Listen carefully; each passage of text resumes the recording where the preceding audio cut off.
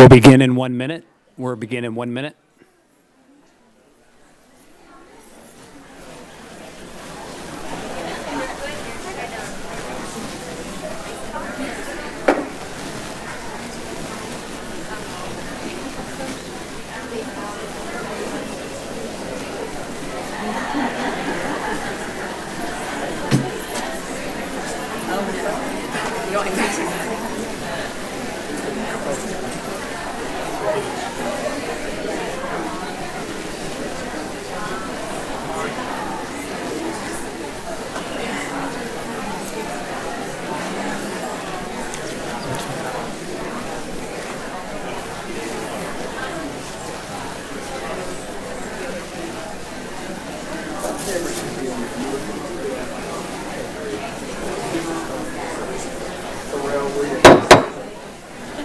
Good evening, everyone.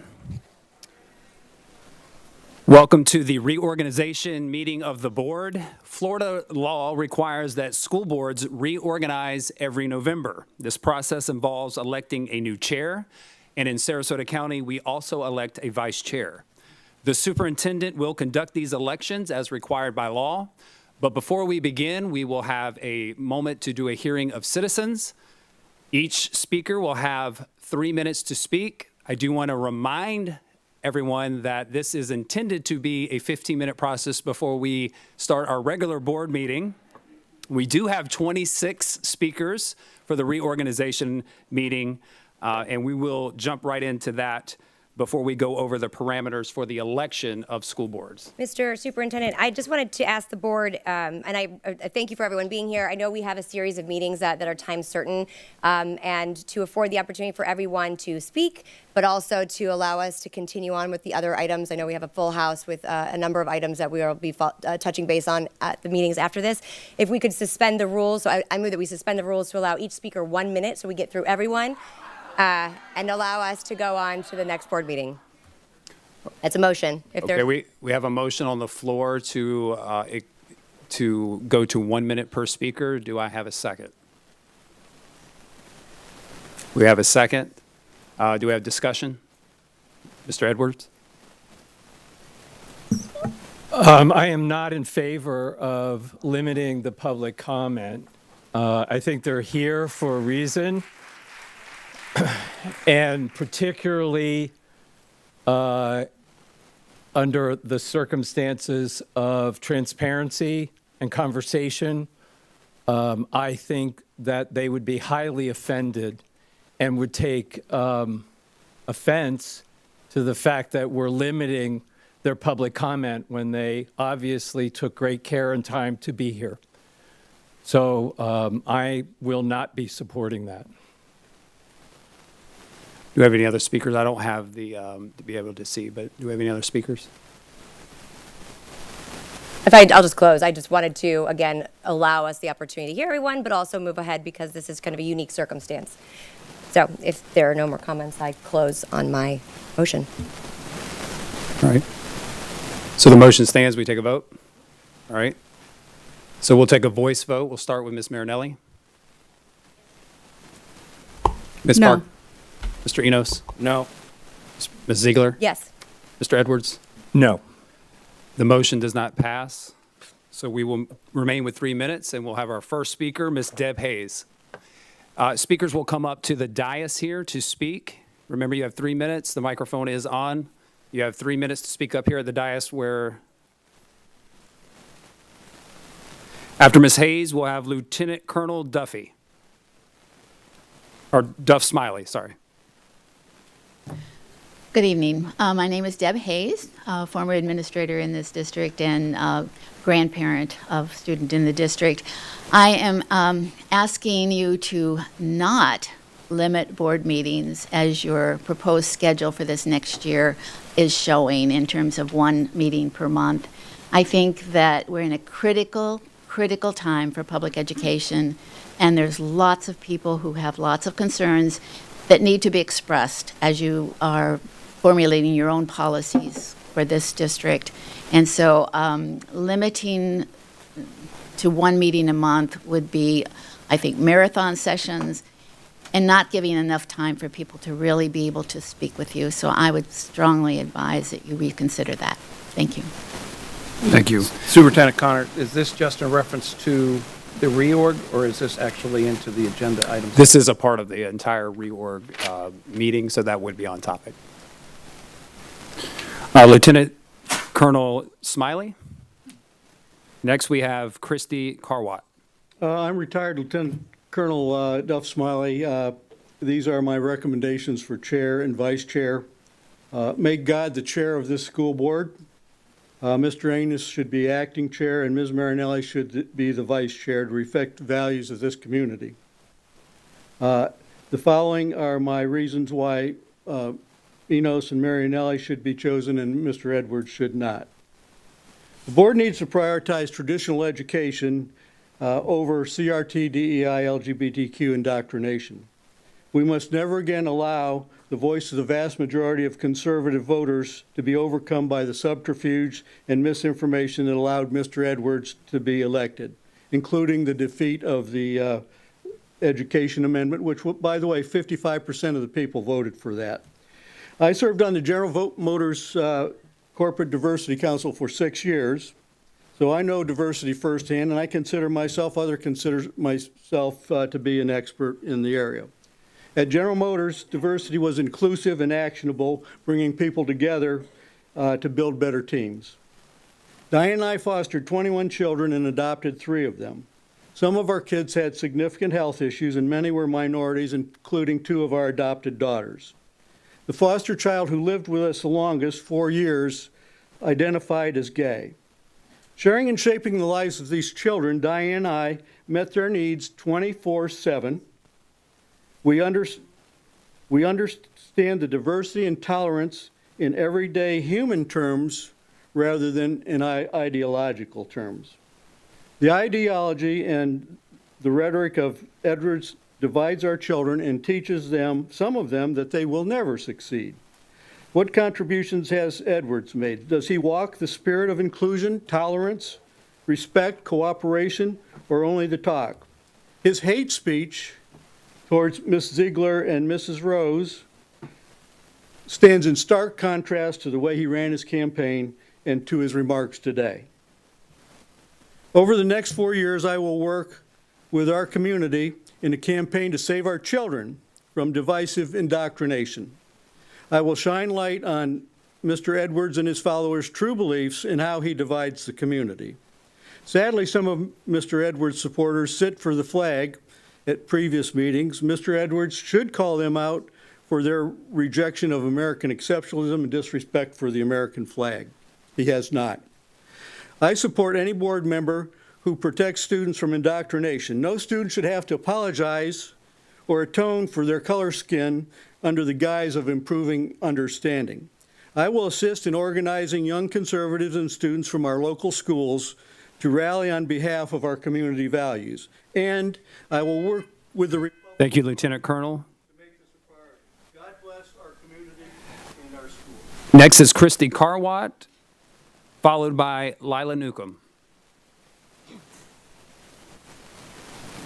Good evening. I am Christy Carwatt, a 42-year resident of Sarasota County, a retired Sarasota County teacher, a mom of 2 former Sarasota County school students, and a grandmother of 2 future Sarasota County students. I am excited that this day has finally arrived. First, because Liz Barker is replacing Karen Rose on the school board, and second, because Tom Edwards is returning to the school board. I believe that the election of Mrs. Barker and Mr. Edwards signals that the residents of Sarasota have grown tired of people like Karen Rose who have used their positions on the board to further a political agenda rather than carrying out policies to ensure all students in Sarasota receive a high-quality education in a safe and welcoming environment.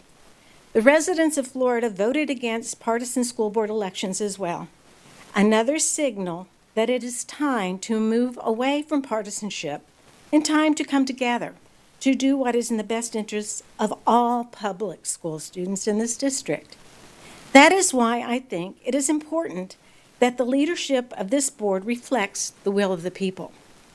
I think rather than choosing a chair and vice chair based on political preference, the board owes it to the students, staff, and residents of Sarasota to choose individuals who have the integrity, knowledge, and experience to successfully lead the board. Furthermore, the leaders of the board should be members who support public education completely and who have demonstrated that support in every way possible.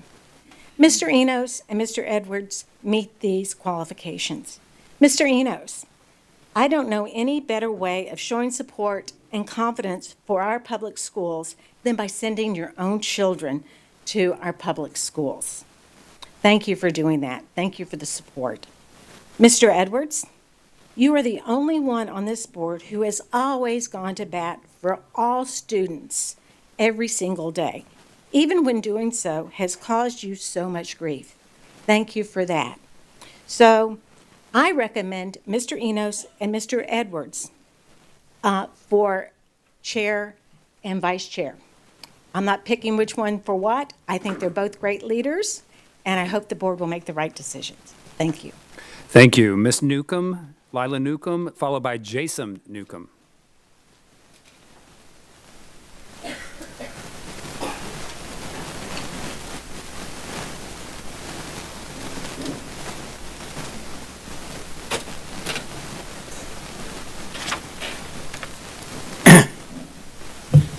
Hello, everybody. Leela Newcomb. I'm still here and still resident. And, okay, still Sarasota Public School grandma. I'm so happy that Sarasota wisely voted to keep our school board nonpartisan. And let's prove that we meant that. I'm going to strongly recommend nominating Mr. Tom Edwards and Mr. Tim Enos for chair and vice chair for the coming year. Both very capable, very experienced, both very involved in their own ways, and both stellar human beings. One more quick thing about changing the meetings to monthly without any workshopping or discussion. I think that we're setting a dangerous precedent by doing this, and perhaps it's even a good idea. I don't know. I would seriously, however, suggest tabling it for further discussion. Welcome to our new board. It's looking good, and thanks a lot, everybody. Thank you. Jason Newcomb, followed by Paulina Testerman.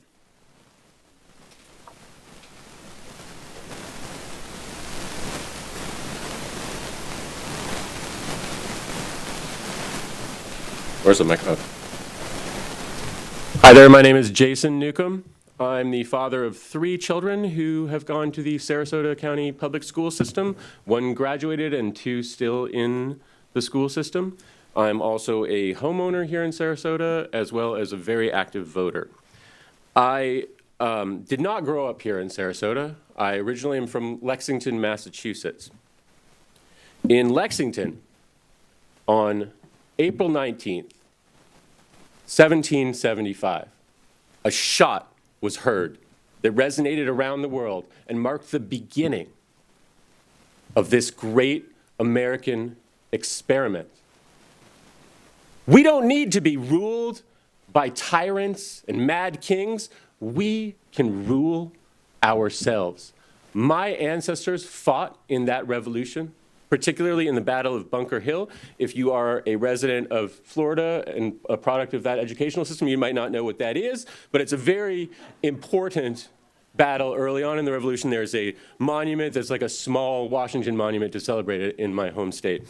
I'm not from here, but I have lived here for over 20 years at this point. My grandmother first moved here in the early 1980s, so 4 generations of my family have been Sarasota County residents for about a half century. So as a proud transplanted Floridian, a proud Sarasota dad, and a proud descendant of those who fought and died for this country, I would like to assert, with all due respect, that the majority of you are inherently disqualified from being a chair of this board because you've actively supported educational initiatives that are inherently in conflict with the First amendment of our United States Constitution and actively pulled at the strings of several other amendments as well. So I feel that there are only two people who do not fit into that category, and that is Tom Edwards and Liz Barker. And I'm going to suggest that you choose Tom Edwards because he's been around a little bit longer. And I'm hearing my mom says Tim Enos is nice, so if you don't want Liz Barker because she's too new, Tom Edwards, Tim Enos. That's my suggestion. Thank you very much. Thank you. Paulina Testerman, followed by Elizabeth Bornstein.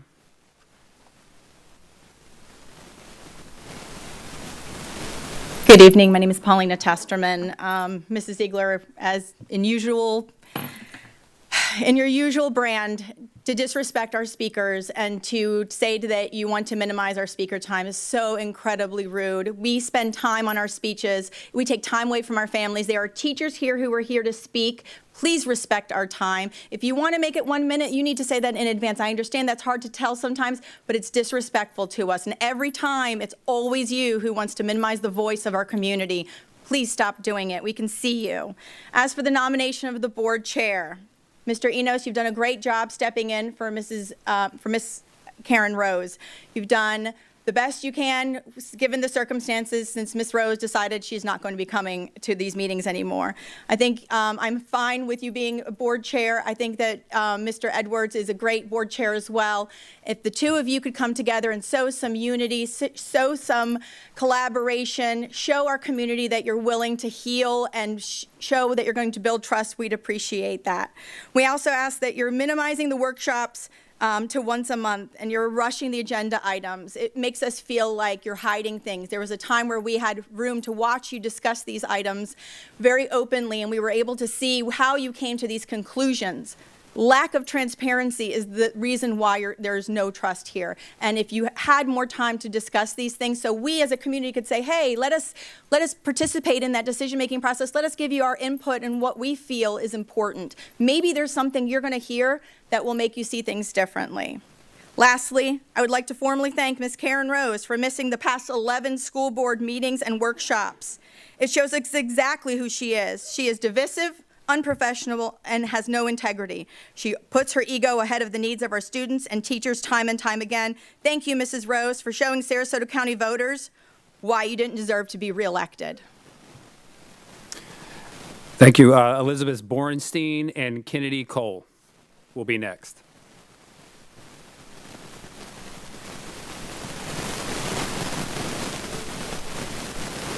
Good evening, board members, student representative, board attorney, superintendent.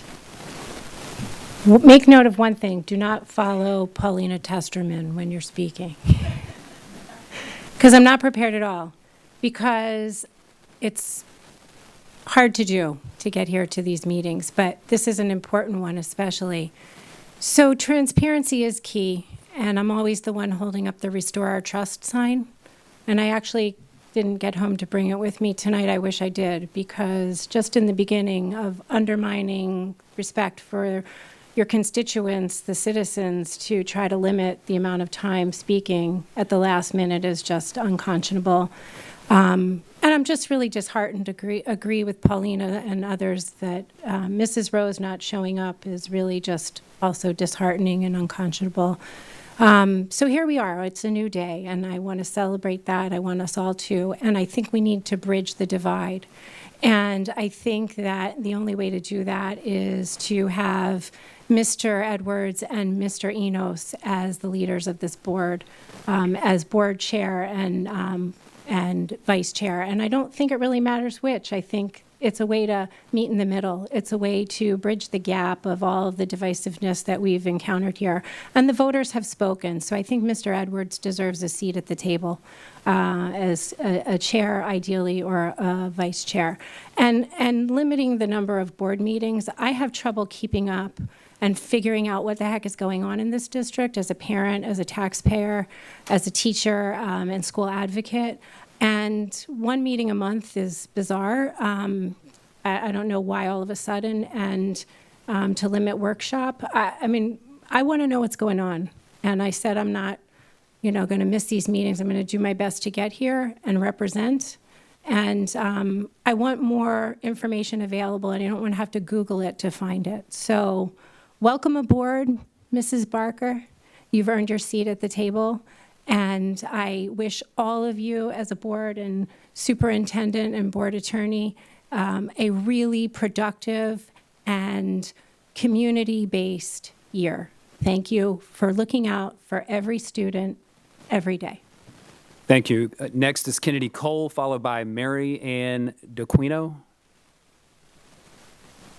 Good evening. My name is Kennedy Cole, and I'm a sophomore at Booker High School and a graduate of Booker Middle. I see Dr. Frost back there, so I had to throw that in.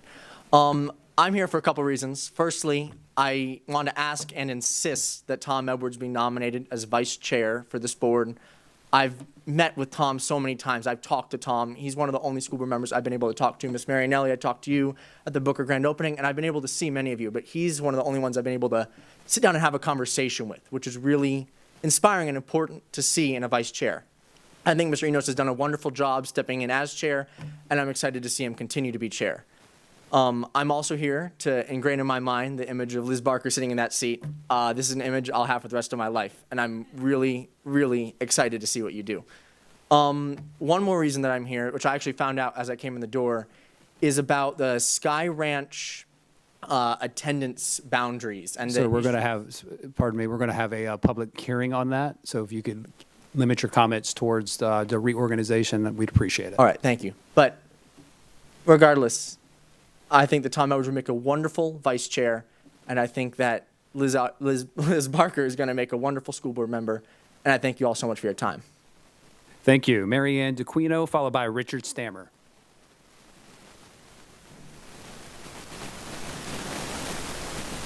Good evening. Good evening. It's the culmination of a dream. It's wonderful to see you, Liz. It's wonderful to see you, Tom. It's absolutely amazing how much of a change there has been in the general mood in this room. It's going to be a pleasure to watch this year go through. I would like to say that the idea of without workshops, without any transparency or discussion with your constituents, to change meetings from twice monthly to once monthly smacks of lack of democracy. There's no such thing as too much democracy, but there is such a thing as not enough. I don't think that we compensate enough with special sessions discussing particular issues that you can afford to decrease the number of meetings that you have monthly. I also think that a 3 o'clock meeting is silly because most of the people who want to come work during the day. Makes it a little difficult. So I really hope that you will rethink that. The other thing that I would like to do is also offer my congratulations to our future school board chair and vice chair, and I would love to see it be Tom and Tim. I think that Tim has been absolutely amazing, and I think that Tom is just perfect the way he is. And the idea of every student every day needs to be something that you keep in front of you at all times, because there are a lot of us here who are keeping an eye on what you're doing. Thank you. Thank you. Next is Richard Stammer, followed by Wendy Rosen.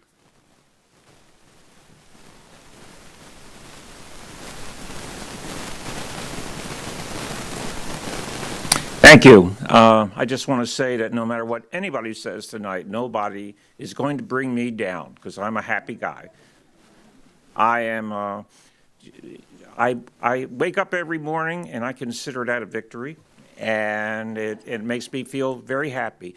But other than that, for the last 14 days, I am the happiest today to see both Liz Barker join the school board and for Tom Edwards to be reelected to his position. And I trust that Ms. Barker will be an incredible welcome addition to the board. So thank you. In regard to the board reorganization, I wasn't going to give a recommendation, but I am really moved to now to share how I feel. And like many others, I agree. Mr. Enos has done an incredible job as chair, and Tom Edwards has been such an addition, such a welcome addition to the board over the last several years. I would recommend both of them to assume chair and vice chair, and I'll let, the board decide in what order they wish that to be. I think they reflect the nature of our community, the people who are here, and the children and the parents who are their constituents. And so anyway, Tom and Tim, I kind of like that. Or Tim and Tom, whatever. And in regard to going from 2 meetings a month to 1, to me, one of the key issues over the last 2 years has been public comment, public input. I don't want to see that reduced. I want to see it increased. If you can figure out a way to increase or certainly maintain the level of public input with 1 meeting a month, then okay, but I'd like to know how you can do that. I will continue to support 2 meetings a month at least, unless you can show me other ways in which you can ensure that we all have a chance to give you our input, because we're a team all fighting for the same thing: quality education and happiness for our children. Thank you. Thank you. Next is Wendy Rosen, followed by Lisa Shore.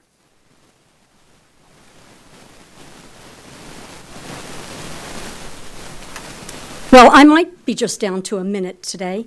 I want to welcome Liz Barker, cousin, to the school board. It's a thrill to have her on the school board. And welcome back, Tom, in your new role. And as for the roles of who is going to take the chair and the vice chair, I think Tim Enos has done an absolutely wonderful job as chair, and Tom would be my choice for vice chair. If you guys want to reverse those roles, I don't have a problem with it, but my priority is that there is good communication and good dialogue and good working relationships with the community. And both of those 2 men seem to be able to do it without fear, without intimidation, without any of the disruption and the division that we have been victimized by for so long. About the 2 meetings versus 1 meeting, if you can fill in with additional special meetings in the middle of the month, between monthly meetings, maybe that would help. Just some way to actually increase the understanding and the dialogue and the transparency that we desperately need at this point. We're getting ready to have some disruption on the federal scene with the Department of Education, and I'm very frightened as to how that will affect us in Sarasota.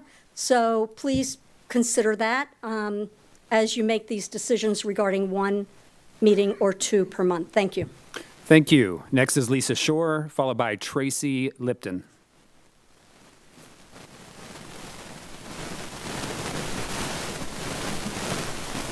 I'm not sure who was responsible for setting up the door, but those of us who got to stand outside rather than watch our candidates get sworn in are not happy.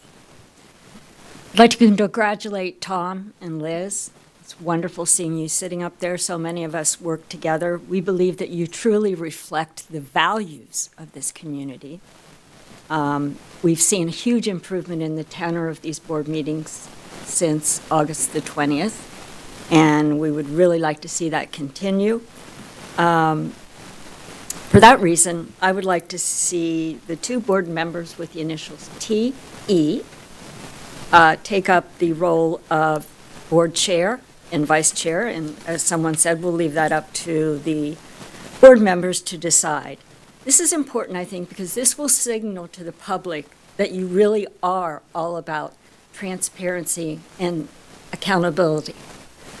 If you'll recall, when the Zem team was sworn in, within minutes of the swearing in, Karen Rose moved to have Dr. Asplin terminated. And there's a little deja vu feeling here going on, and hopefully you will explain to us what's behind this idea of cutting our time by having only 1 board meeting each month. Mrs. Ziegler, as always, you've made yourself perfectly clear. We know where you stand. But limiting the board meetings to just 1 a month does not give the public an opportunity. We're going to be facing immense challenges in the coming year, regardless of whether or not the Federal Department of Education goes away completely or not. For those who don't know, the Federal Department of Education is responsible for enforcing civil rights of our students, and it also provides safety measures for our ESE students. Without those safety measures, our ESE students have very little, if any, protection. I stood up here before and said that I have a sister who is developmentally disabled, and when she was in school in the 70s, they were essentially in a broom closet. I don't want to see that happen here in Sarasota. Thank you very much. Thank you. Next is Tracy Lipton, followed by J.T. Pryor. Just want to remind the audience that we are at 6:15. There will be a 6:30 time certain public hearing for the Sky Ranch boundary recommendations, so we will pause at that time to open up that public hearing. You may proceed.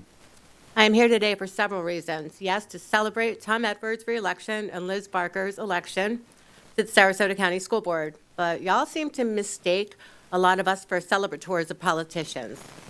However, I'm not here to speak for anybody else, so I'll continue to speak for myself. Me, I am not a fan of politics, and I'm not a fan of politicians. But in this climate, do we really have a choice? In my opinion, if you take money from lobbyists or builders or religious PACs, you are not for we the people, because it ain't no coincidence that people who give money always get what they want, no matter the detriment to animals, to the environment, and most definitely to the detriment of we the people, which includes the children of Sarasota County Public Schools.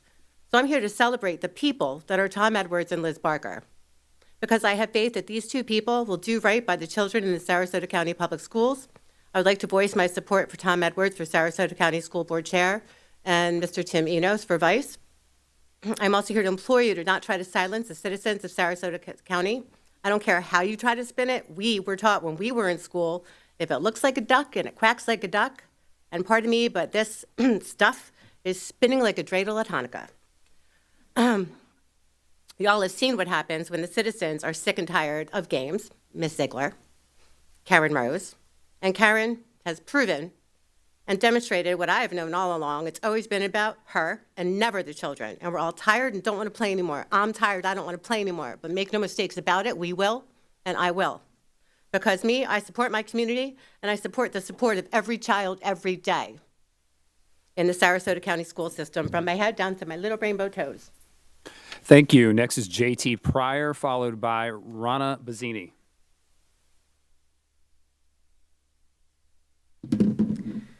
Good evening. I'm back. I've been away for a little while, but I have been paying attention to what's going on. And I just have to say, from August until about now, there has been a wonderful spirit of collaboration on this board with the public. I feel like when I first started coming to these meetings, it was like, oh my gosh, is there something violent going to happen? And now I feel like we can talk like humans, and that's wonderful. I do want to congratulate Liz Barker and Tom Edwards on winning their elections. I'm looking forward for the ways that you can collaborate with our community and serve our students and serve our schools. I think the spirit of collaboration is really what I want to talk about tonight, because even in political times like these where we're very divisive and we have elections going on that, you know, one group is really, really upset and one's really, really happy, when we collaborate together, we can make a better world for our students. I'm a pastor, and the reason that I come here is not because of my politics, it's because I believe in standing up for the least of these, and our students are always the least of these because they don't have a voice in these elections, but I come and speak for them. What's really concerning for me is that we are talking about limiting the number of school board meetings that we have. I don't think this is a really good idea because we haven't shown that we have other ways for the public to make their voices heard. So if you show us a way to make our voices heard that doesn't have to be 2 meetings a month, then great, I'm on board with it. But I don't think it's time right now for us to get rid of having 2 meetings and going only to 1. So I just ask that you push this until a later date and that you will collaborate with the public. It's what we're wanting for. We want to make progress with you. We don't want to be angry. We want to be able to come in here and this be a really productive dialogue. And I really hope that this new leadership can do this for us. Thank you. Thank you. Next is Rana Bazzini, followed by Mary Holmes.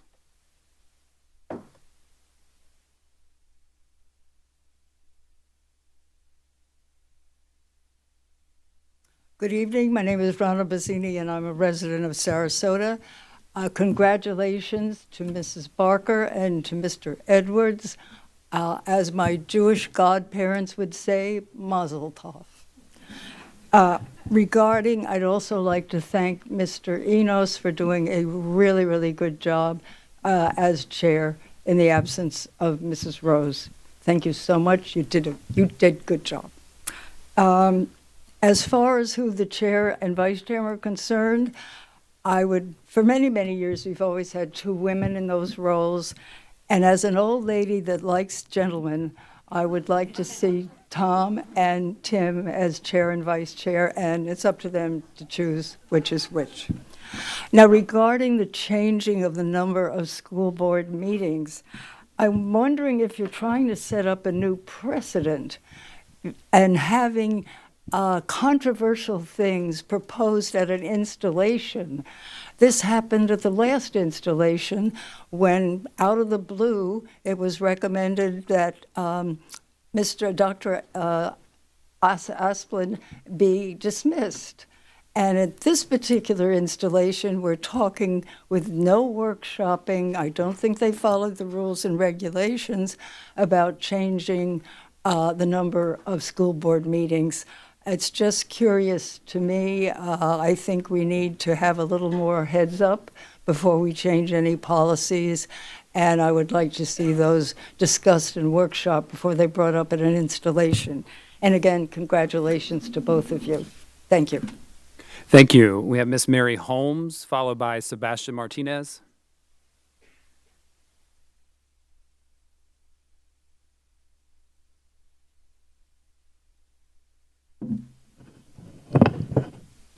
Good evening. My name is Mary Holmes, and I'm a 38-year veteran ESE teacher. Regarding chairman of the board, for me, the obvious choice is Tom Edwards. He has the seniority, experience, and judgment to lead our board and deserves the opportunity to do so. I would also support Tim Enos as vice chair. Like several other speakers, I believe this combination demonstrates a reaching over the aisle and could be very successful in moving forward. Robin Marinelli has demonstrated that she has a bias against certain speakers and is quick to push the button. The ACLU has taken a great interest in Sarasota board meetings and the way in which they have been conducted. They have offered their services pro bono, should that be necessary. 2 attorneys contacted me specifically. In fact, one of them is in the room tonight.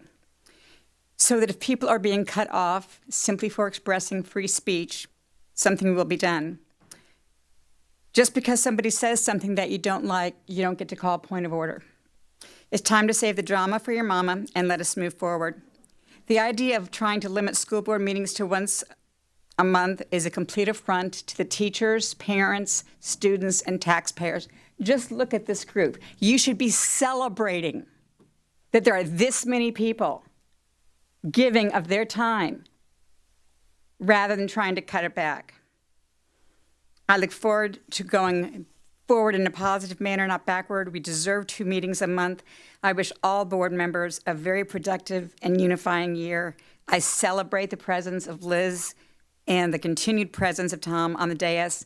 And Liz, thank you so much for stopping by my classroom. That was a personal and professional highlight. Thank you. Next is Sebastian Martinez, and then we will take a short break. As you know, we've got students that are here to present for us tonight. We want to respect their time because they do have school tomorrow. So we're going to have our student presentation, and then we will pick up from there, and it will be about that time to start our public hearing, which we do have a few speakers for. You may proceed. Good evening, ladies and gentlemen of the board and those newly sworn in. My name is Sebastian Martinez, and I'm a proud graduate of Booker High School. Today marks a moment for optimism, for hope, and an opportunity to take meaningful steps towards fostering a stronger sense of community, respect, and constructive relationships with the board. The election on August 20th was a clear referendum. It sent a decisive message to the board members elected in 2022, and specifically to Karen Rose, that our community does not support partisan leadership. Sarasota residents have made it clear that they expect school board members to prioritize students before politics, and they want to end the headlines, controversies, and scandals that have embroiled our district. The behavior displayed on social media by former board members was unacceptable. Treating marginalized communities like political chess piece to garner votes is unacceptable, which is why I'm glad that every Republican that I spoke to, upon seeing those divisive ads, expressed support for Ms. Barker. Running for the school board should be about policy, about students, and a forward-looking vision for our school district. Sarasota proved that our community stands against hate no matter how much money is thrown at negative, slanderous campaigns. I'm optimistic about this board's new composition, Mr. Enos's leadership, a renewed perspective I've gained of Ms. Marinelli, Ms. Barker's fresh outlook, and the experience brought by Mr. Edwards and Ms. Ziegler, respectively, on policy and connections. This is an opportunity to prioritize genuine collaboration and to truly listen to our community and not just hear them speak. Tonight's meeting is the first chance to show this willingness. It reminds me of 2022, where Ms. Ziegler actually suspended the rules to allow for 3-minute public comments, but it was at this meeting when community members, even those who supported candidates who lost, extended an olive branch only for it to be met with the motion to terminate Dr. Asplin without cause. That decision set a divisive tone that was a thorn in y'all's track record that lingered in the community between 2022 and the most recent election. Now this board is considering a move to meet only once a month. Having the time available to engage with constituents, reducing meeting frequency runs counterintuitive to the goal of serving the public efficiently. I've consistently advocated for increased community engagement and transparency. Cutting meetings contradicts that commitment. You're public servants and not public avoidance. In the spirit of collaboration, I propose solutions to make this new schedule work more efficiently. If meetings are reduced to once a month, I recommend expanding agenda-related comment times to allow speakers to address agenda items for 3 minutes for each items if separate cards are filled out. Additionally, I urge the board to publicly commit to enhancing community engagement opportunities through forums, town halls, or other interactive events. If there is no plan to compensate for this reduced engagement, then it would only be fair board members also take a pay cut. And with all respect and love in my heart, maintaining the same salary while cutting responsibilities would be unjust. And if we're talking about efficiency, we must also address the efficient use of taxpayer dollars when it comes to your salaries. I believe this schedule change could risk creating further division and a rift between the community and the board and may appear to undermine transparency and accessibility. Please consider these points. Thank you for your time. Thank you. So at this time, we're going to have our performance highlight. This evening's art highlight features members of the Chamber Orchestra from Northport High School under the direction of Dr. Laura Hill, and we'll be performing Allegretto from the ballet The Creatures of Prometheus by Ludwig van Beethoven, arranged by Rick England. Special thanks to Ms. Fusco, principal, and Ms. Apollino, assistant principal, for their unwavering support for the orchestra program at Northport High School.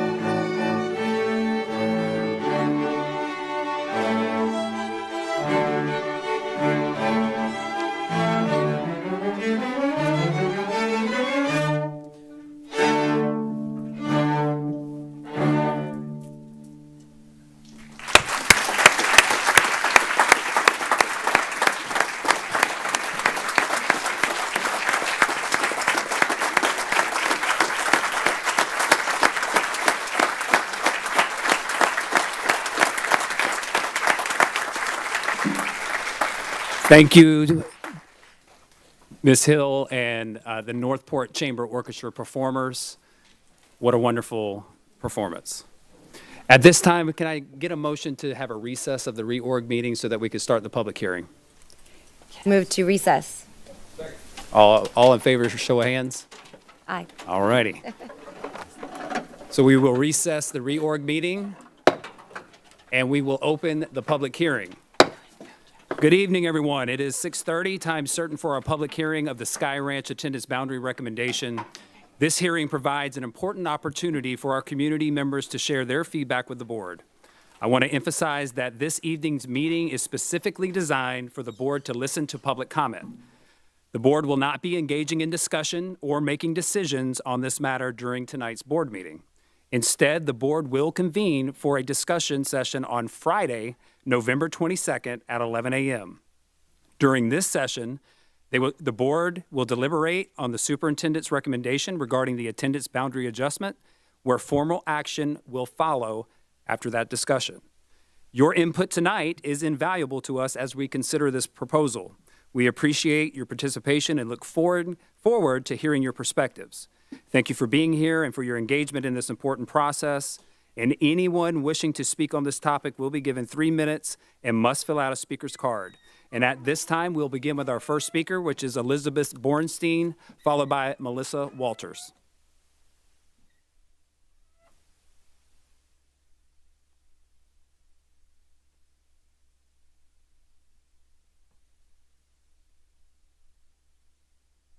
If there are any speakers that are here that have not turned in a card, please make sure you do so at this time.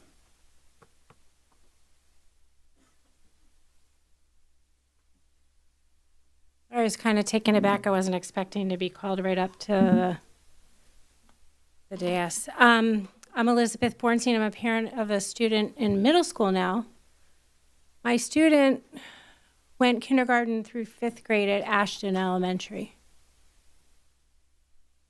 And coincidentally, maybe meant to be, I was at reading day at Ashton Elementary today with the 2nd grade class, which I try to do every chance they give me.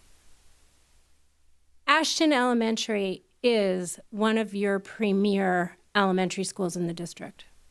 And I'm all excited about Sky Ranch. I have a lot of friends who live in Sky Ranch. It's a fabulous neighborhood, and I'm thrilled. I couldn't be more thrilled that we're investing in a new school in the district and the, creme de la creme of schools in the district. I'm all for that. I am not all for decimating Ashton Elementary School. What I've learned just today, because when I looked on the agenda under Sky Ranch, which didn't give me any clue that it had anything to do with Ashton Elementary, there were no attachments. I have to Google to get any information, or people tell me it's on the website, but I have a full-time job. I take care of a child. I take care of my parents. I need more transparency, and I'm paying attention. And what's predicted for Ashton Elementary, because of needing to make Sky Ranch the creme de la creme of the school district, is not acceptable. There are teachers that will lose their jobs, administrators and staff. The students will suffer greatly. And I'm a taxpayer. That's my neighborhood. So going forward, today forward, we need to do better for our students. We need to do better for our teachers. We need to show respect to a stellar A school in this district. My child is thriving, and it is because of Ashton Elementary. And if you're going to do what I'm reading you're going to do, shame on you. Thank you. Next is Melissa Walters, followed by Christine Harrington.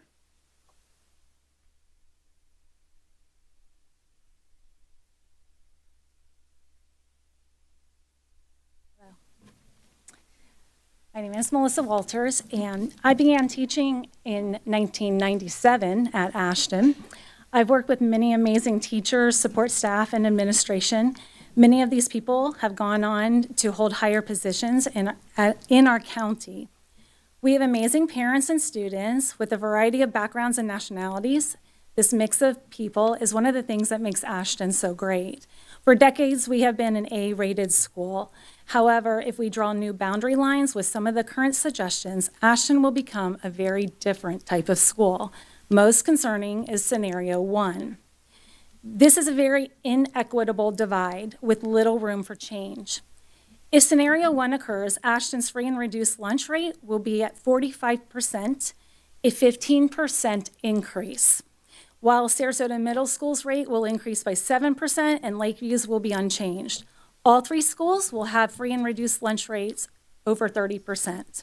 Sky Ranch will only have 15%. Sarasota sets the Title I threshold much higher, but typically by state standards, over 40% is considered a Title I school. So this means Ashton would have high free and reduced lunch rates, but not have the supports that come with Title I schools.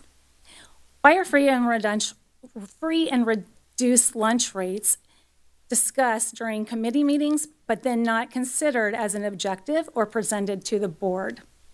The board should have seen the scenarios in these rates for all scenarios. Scenario 1 strips Ashton of most of our PTO and volunteers. Our PTO and volunteers are partners in our school success, and we need them. I've seen a change over the years that I've been at Ashton as our free and reduced rate has been increased, bringing less parent involvement and students needing more help. To date, we have maintained an A rating partly due to the tremendous volunteers that we have.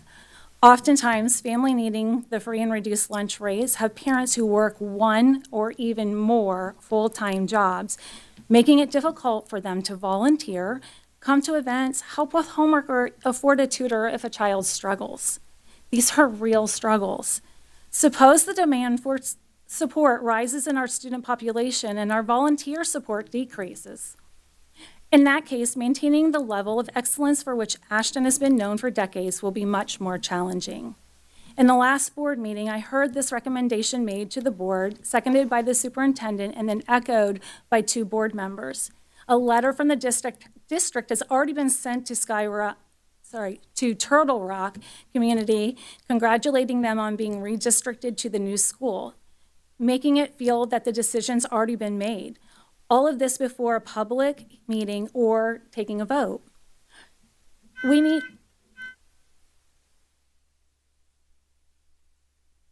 Thank you. Next is Christine Harrington, followed by Shannon Haddad.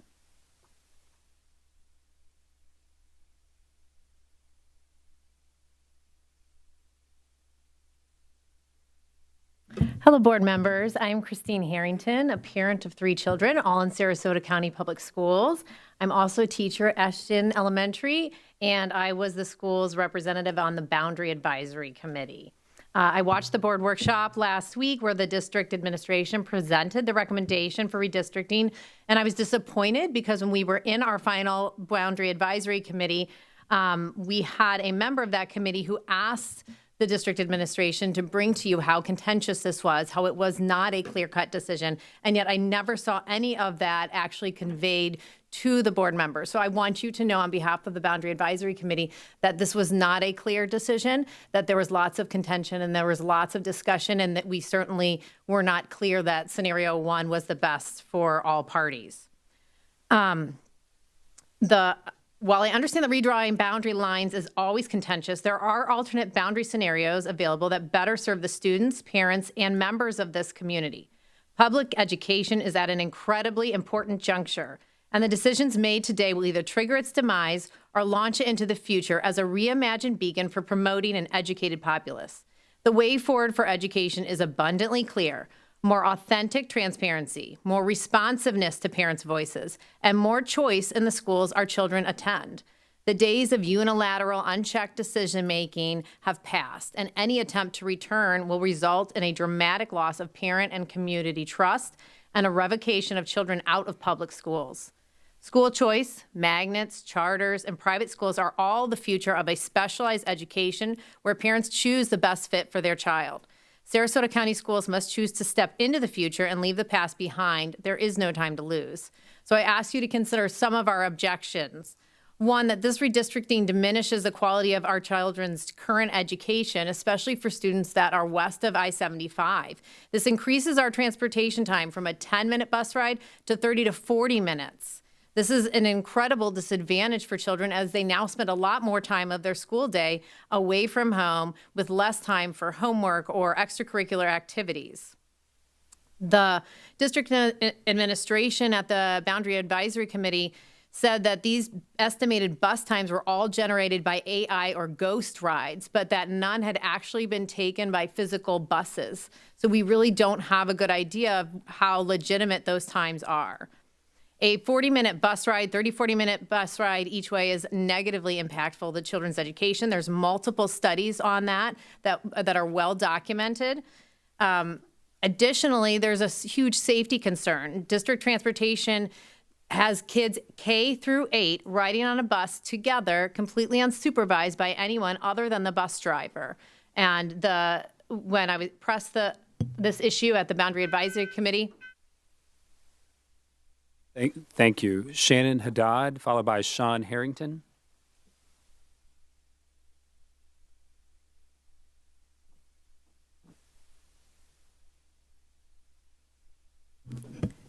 Good evening, Superintendent, school board members, and distinguished guests. My name is Shannon Haddad, and I am the Exceptional Student Education Instructional Facilitator at Ashton Elementary School. I want to begin by expressing my appreciation for the hard work and dedication of the committee and undertaking the difficult task of redistricting. I understand that this decision has not been easy, and I commend you all for your thought and effort you've put into it. However, as much as I respect the work that has been done, I stand before you today feeling devastated by the impact this redistricting will have on the Ashton community, our culture, our family.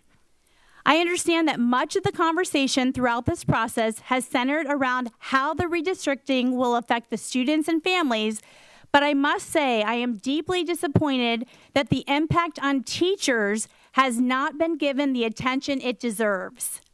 I have heard discussions about how many students each school will lose, how many portables each school will lose, and even the increased minutes that will be added to each new bus route, but not once have I heard a conversation about how many teachers will be surplus as a result of these changes. As a longtime member of the Ashton family, I'm heartbroken to know that we will not only lose our brand new, young, excited teachers, but Ashton will lose teachers who have devoted 20 or more years to this school. These teachers are an integral part of the Ashton community, and this redistricting will disrupt the sense of continuity and stability that has made Ashton the exceptional school it is today. In particular, Option 1 presents drastic changes to the Ashton family and does not provide room for continued growth. Ashton Elementary School is currently ranked 16th in the state of Florida. I'm going to say that again. We were ranked 16th in the state of Florida as one of the best public schools. And I urge you to think long and hard about what this redistricting means for our ability to continue providing the excellence that our students, families, and community have come to expect. We are not just a collection of students and staff. We are a community, a family. Redistricting may shift numbers on paper, but it cannot quantify the emotional and professional toll it takes on teachers who have dedicated their careers to a school that is so much more than a place to work. These changes will have real consequences, not only for the students, but also for the educators who have been the backbone of Ashton's success. As you move forward in this process, I ask that you consider not only the logistical implications of redistricting, but also the human impact. Thank you. Sean Harrington, followed by Julie Lowy.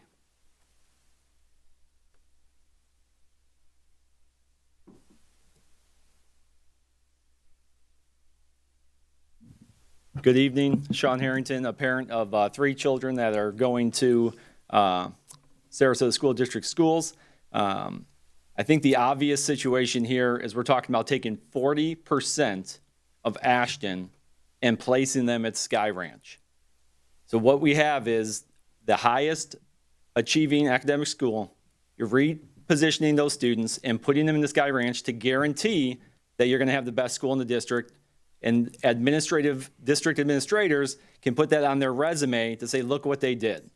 You have an opportunity here to take 2 dynamite schools. Don't steal from Ashton, copy Ashton. All right? This is a school that is very diverse, and they thrive year after year.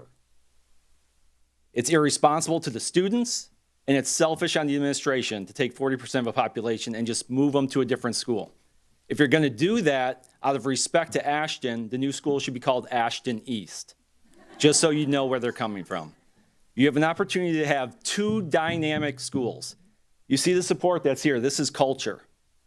This doesn't get created overnight. You can take the test results, you can take the test scores, and you can move them to schools, but you can't take the culture overnight. These are teachers that go to sporting events. These are teachers that go to kids' extracurricular activities because they care about their school. Don't reposition students to make your job easy. You have an opportunity here to do something that's maybe a little difficult. It's easy to take 40% of a population, move it to a school, and claim it and put it on your resume so you can go to your next job and see what a great job you did. But everyone behind the scenes knows that you're just stealing test scores and moving them over to a new school. Don't do that. Copy the culture. You have an opportunity here to do the exact same thing in a new school that should thrive. They should be a great school at Sky Ranch. You have an opportunity to have the 2 best schools in the district that can elevate the entire school district and not just one school. So we're asking you guys to take a hard look at it. Do not take 40% of a population just to move it over to make the numbers look good. Thank you. Thank you. We have Julia Lowy, and next is Brian Swan. I'm going to ask the audience to refrain from clapping. I know it's an emotional topic, but we want to make sure that we're running an orderly meeting. Hi, my name is Julia Lowy. Good evening, members of the board. And this is uncomfortable because I'm probably the first person speaking from my community who, after initially being strongly opposed to this, have kind of arrived at a different opinion. I'm a proud homeowner in Turtle Rock, and I'm the proud parent of 2 children who currently attend Ashton Elementary. I am here tonight because I do encourage you to adopt option 1, but this is not an easy decision. I'm a prime example of a family that, when moving to Sarasota, had a specific geographic location in mind, and that was to live in the Ashton school zone. One of the driving reasons we left our previous home was a desire for exceptional public education for our children. Ashton has absolutely lived up to its promise, and I count myself fortunate to have become involved in that school community. But when I reflect on the reasons behind our decision to choose Ashton, it comes down to one priority: providing the children with supportive, well-balanced, and well-resourced learning environment. And to be clear, Ashton has given that. However, currently Ashton is operating, according to the board's data, at 139% capacity. Despite the heroic efforts of the administration and staff to make things work, which they have done admirably, there are nevertheless limits to what's possible under these conditions. There are too many classes held in portables. Lunch rotations start at something like 10:30 in the morning, and important events like kindergarten graduation and the recent Veterans Day celebration can't be full community building events because even Ashton attending siblings cannot attend. celebrate because there's capacity limits that are there. Such is the reality of space limitations, and taken individually, they're small. Taken individually, they're small, but taken all together, they add up. Necessary challenges are easily accepted, especially when the school is as wonderful as Ashton. And I wished I'd heard from the board or from anybody a possibility of expanding capacity at Ashton that could accommodate the increased student population without being over capacity, but alas, I have not. If anyone has one that can be done like today, that would be great. With the new Sky Ranch School, the previous necessary challenges are no longer so. So by addressing capacity disparities, option one, I hope, gives a chance to give students at both Ashton and Sky Ranch the high-quality education they deserve, and I hope the two schools, along with SMS, can work to foster rich connections and expand the community. Another reason I support option one is the importance of keeping Palmer Ranch together and as intact as possible. It's a cohesive community with closely clustered neighborhoods that foster strong social ties.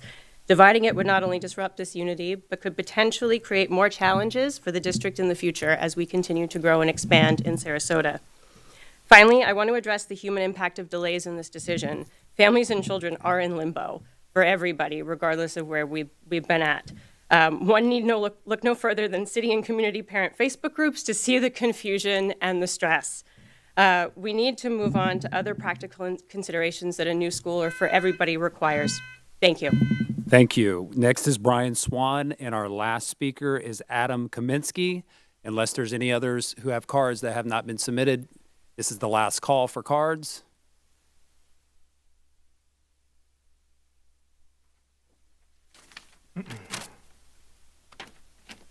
Good evening. My name is Brian Swan. I live in Palmer Ranch, which is an affected area by the redistricting. I have 3 children in the district, 2 at Ashton, 1 at Pineview. My wife is a teacher at Ashton. I'm on the Ashton School Advisory Committee, and I also lead one of Ashton's parent volunteer groups. And I knew nothing about this redistricting until a few weeks ago. And I'm also, I watched the recording of the November 6th meeting, and I'm really concerned at many of the comments that were made. The Planning Committee used the word transparency. I think I stopped counting after 20, 30 times, and touted transparency throughout their presentation. Adding a web page to the hundreds of other pages on the district website without telling anybody about it is not transparency. I can say I'm giving away 100 free cars on a website, but if I don't tell anybody about it, it rings disingenuous. I hope you agree. This is a massive, massive $90 million campaign. Come and find it, go and find it, parents.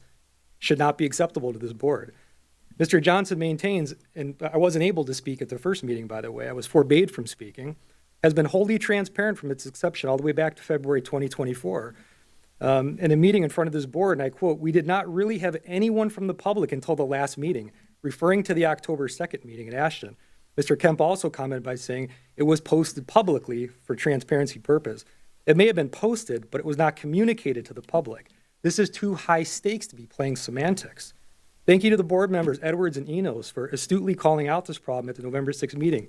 Your empathy felt genuine. Ms. Marinelli's comments, on the other hand, about the redistricting reflected, in my opinion, too bad, so sad, which was reductive and peculiar to me. Or in your own words, feeling that you're taking a hard line on this.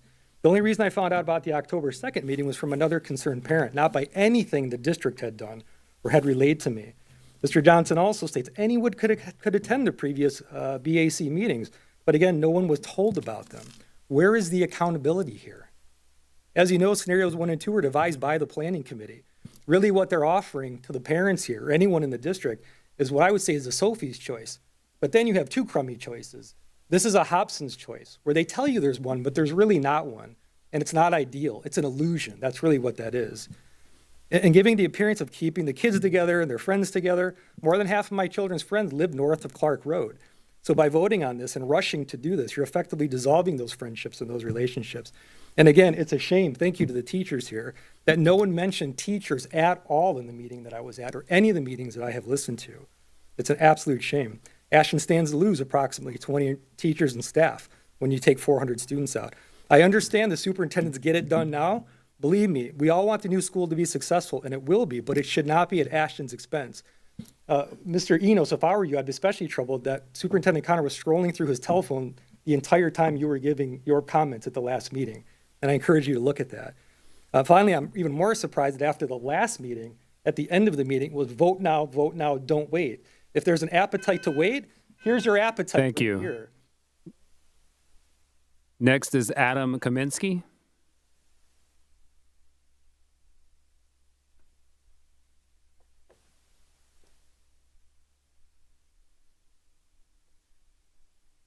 Hello. Vadim Kaminsky, parent of 3 kids.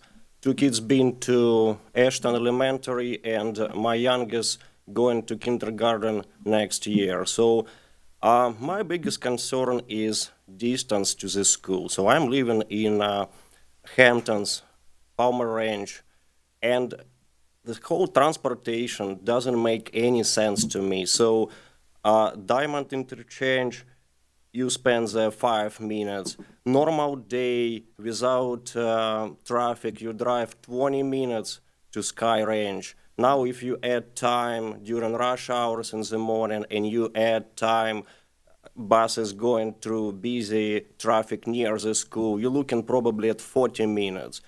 And it may be okay if kids older, but we're talking about kindergarten, we're talking 5 years old kids going and driving 40 minutes on a bus each direction. It doesn't make sense.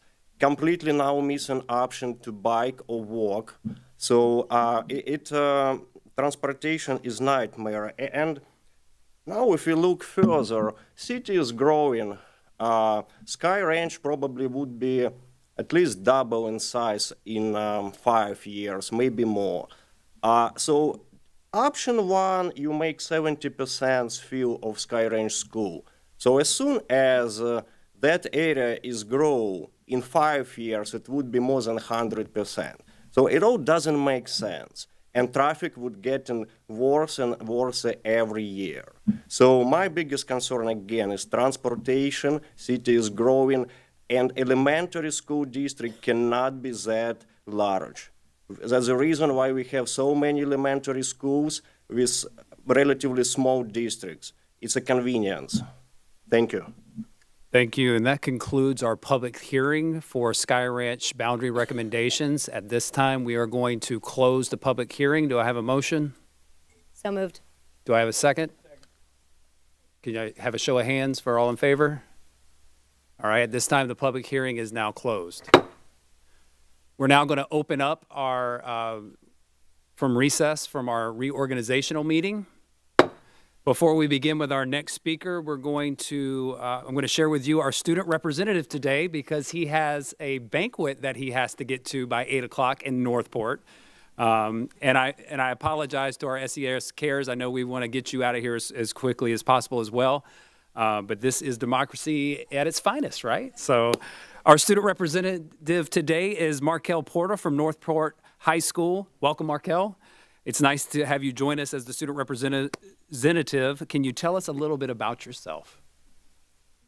So a little bit about me. I am very active in my school. I have a whole list here. If I was just reading down the list. I have been a board member of our Student Government Association for 2 years. Last year, I was the junior class president, and this year, I'm the senior class vice president. So they're organized lots of school events. I actually have something tomorrow. We're doing a little Friendsgiving, so that'll be very fun. And other than that, I do Drug Free Youth, DeFi. Also tomorrow, I have a presentation where I will be speaking to middle schoolers at the Morgan Family Community Center about the dangers of drugs. And I'm a big, I'm very, very against stuff like drugs and vaping in our schools. So that's why DeFi means a lot to me personally. As well, I'm also a member of the National Honor Society at our school. That was a big accomplishment for me specifically because getting into something like that shows that I had done all the right things to be able to gain acceptance into that club. Other extracurriculars. At our school, we have a program, Big Brothers Big Sisters Beyond School Walls program. It's we go to City Hall and we learn about the jobs they have available at the city. And I think that has really gave me a lot of insight into things that I would want to do when I'm older. It really is very, I gained a lot of information from that experience. And beyond those extracurriculars, I take pride in being in many athletic events. I have 7 varsity letters and 4 sports, including football, 4-year letterman in wrestling, cross country, and what's the last one? Oh shoot, weightlifting. Yes. So I like to think that I'm very involved in my school, and that's pretty much it when it comes to that. Well, thank you so much, Markel, for being here. And, we'd like to thank you for you serving as our student representative. So Mr. Enos is going to present you with a certificate of appreciation for being here tonight. And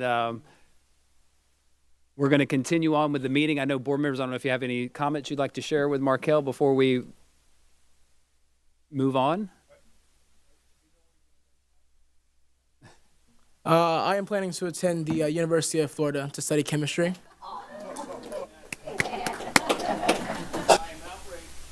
Connor. I just want to thank Markel for being here tonight. I know he got bumped for one of the hurricanes, and we're grateful that you came back and shared your story with us. Thanks for being here. No problem. Thanks for inviting me. All right. Thank you. Also, I'd like to present you one of our challenge coins. As superintendent, we give these out for special people like you, and thank you for being here. And you can hang out as long as you want until you feel like you need to get going for your banquet tonight, and we appreciate you. Thank you. You'll just go out. Also, we do have some student representatives here for ROTC, so I think it might be appropriate for us at this time to allow them to present the colors and to do the Pledge of Allegiance so that we can dismiss them as well. So if we can move forward with the ROTC, do we have them ready?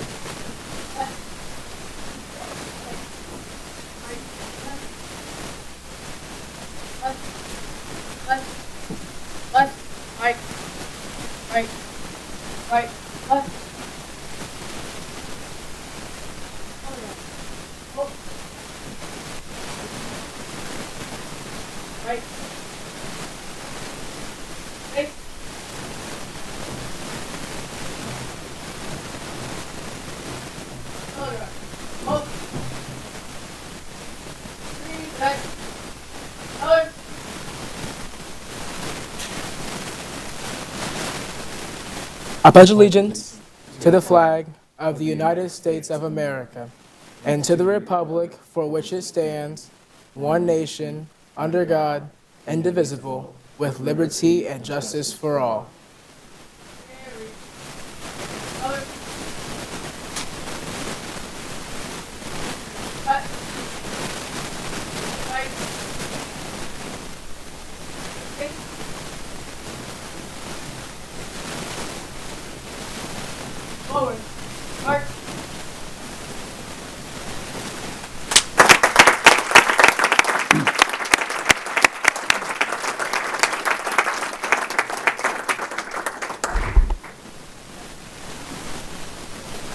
We want to thank the Northport High School JROTC. And now we will continue with the remainder of public comment for our reorganizational meeting. Our next speaker is Julie Forrester, followed by India Miller.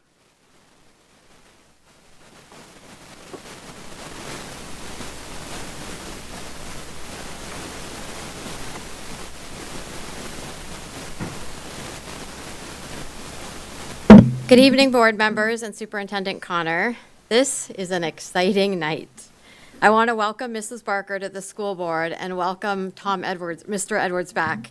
I'm excited about the potential for a new era of collaboration where we bridge perspectives and work together to elevate the educational experience for every student in our district. To foster this collaboration, I recommend Mr. Enos and Mr. Edwards for board chair and vice chair. This pairing blends the experience and institutional knowledge of established members and also shows a willingness to collaborate with the incoming board composition, ensuring a balanced and representative leadership team. Now, I must address a critical issue, the proposal to cut school board meetings in half. That while efficiency might seem appealing on the surface, this move threatens the very foundation of our participatory democracy, disproportionately affects working families like mine, and undermines Sarasota's legacy of excellence in public education.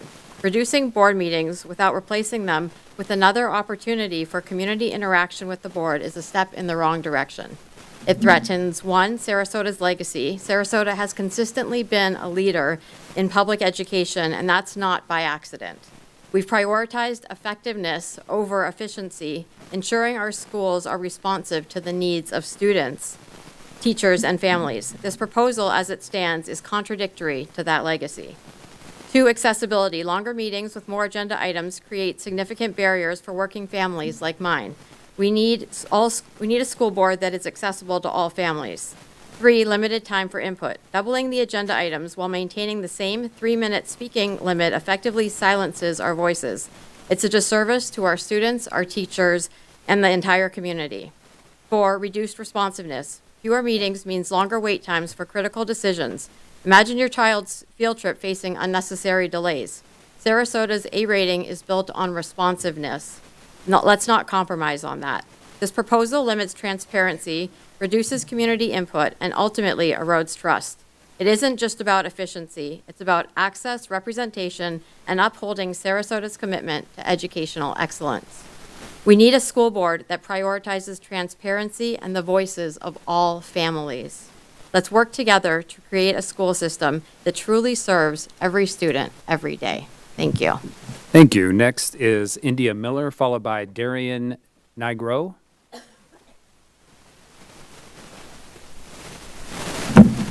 Hello, my name is India Miller. I support us having more time for public speech, public comment. So I support more meetings, subcommittees, something to allow for that, to represent the minority people in town that we don't learn about in our education in the school.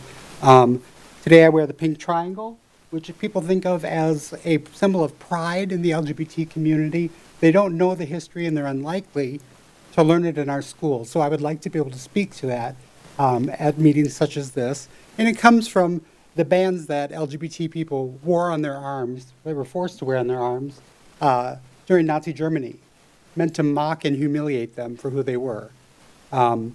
Before they were rounded up and put in concentration camps where most of them died.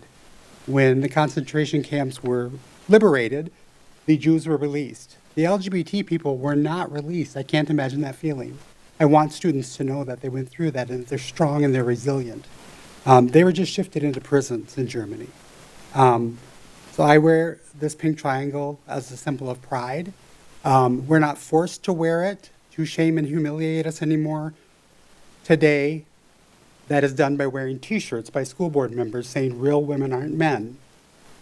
Today, that is done by school boards promoting anti-LGBT legislation, even though it is shown to increase suicide rates amongst their students who are LGBT from 7 to 73%, Robin. Isn't that incredible and sad? So I can wrap up 2 speeches in one. I support Tom and Liz. I can get on board with Tim only because he apologized to me personally for the horrible stuff that the Karen Rose campaign said about me, our chair of our school board. And for that, I really respect him. The Sarasota Out Awards are going on right now. 2 of you are nominated for supporting us, Tom and Liz. The rest are not. And Bridget, I did nominate you for Best Local Actress. Thank you. Next is Darian Nigro, followed by Alan Romero. Hello, my name is Darian Nigro. I've spent the entirety of my education in Sarasota's public schools. I graduated from Pineview in 2019. I went to New College right here in Sarasota, and I got a degree in political science. And my focus in political science was American politics, specifically democratic institutions, their efficacy, and the role of public opinion within that. And agenda item 6, proposing to effectively cut the number of meetings in half, is in direct opposition to everything that the school board should stand for. Anyone on the board that wants their community to feel heard, anyone on the board who wants to maintain the support that got them here, should not support this agenda item. It's that simple. You're elected officials, you're public servants, and no one that voted for any of you would want less of an opportunity to speak to you. Why would, after electing a board member, the people want to be told that the first action taken is to distance yourselves from us? And I say none of this to criticize you. I understand that this is a large commitment. I don't want to ignore the work that you do outside of these meetings every month. But at the same time, when I step up here and I speak to each of you, I view the board for what it is, a group of professional and capable leaders who were selected by our community to serve us. You were all elected on the basis of, personal merits, but also because of a shared interest with us, the people that elected you, who chose you to represent Sarasota, who allow you to lead the community because they see you as someone who reflects their voice, their vision, and their interests. And I don't understand how that can be possible if the people that are being represented only have a chance once per month to share their opinion. After working, trying to pick up your kids, these are things that I am unburdened by, but they reflect the public's interests. And I don't think that those people would have an equal opportunity. I first spoke with the board 4 years ago, and I'm here 4 years later because I care. I care about Sarasota. I see the potential of Sarasota. I see the excellence of the people that lead our city, our community. I see the example that we set for the rest of the state, and I see the example that our state sets in how our government runs for the rest of the country. I could move northwest, apply political science anywhere in the entire United States, but I choose to be here because I care about Sarasota. I want to promote civic engagement right here. So with the utmost respect, I cannot stress that it is in the best interest of the entire district to maintain the current school board meeting schedule instead of reducing it. Thank you.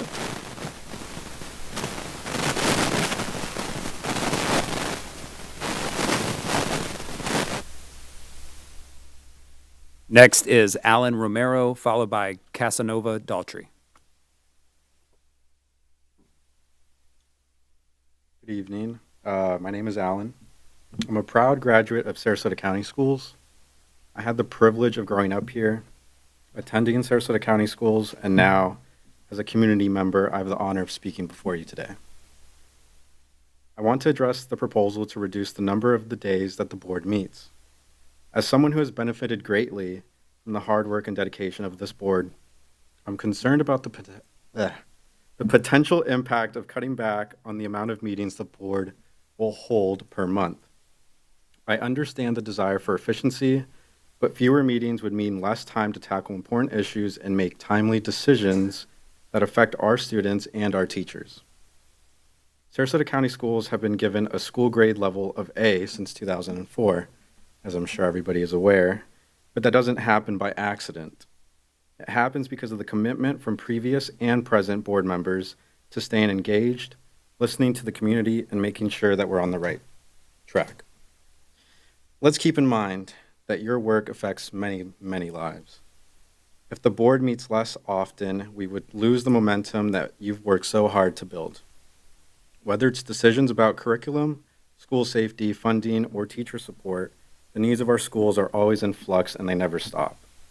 I understand everyone here wants what's best for our students, and I believe that means staying as connected as possible. So with all due respect, I urge you to reconsider the proposal. Let's keep the meetings as they are, regular, consistent, and focused on building the future of Sarasota County Schools. Thank you for your time and your consideration. Thank you. Casanova Daltrey, followed by Alex Daughtry.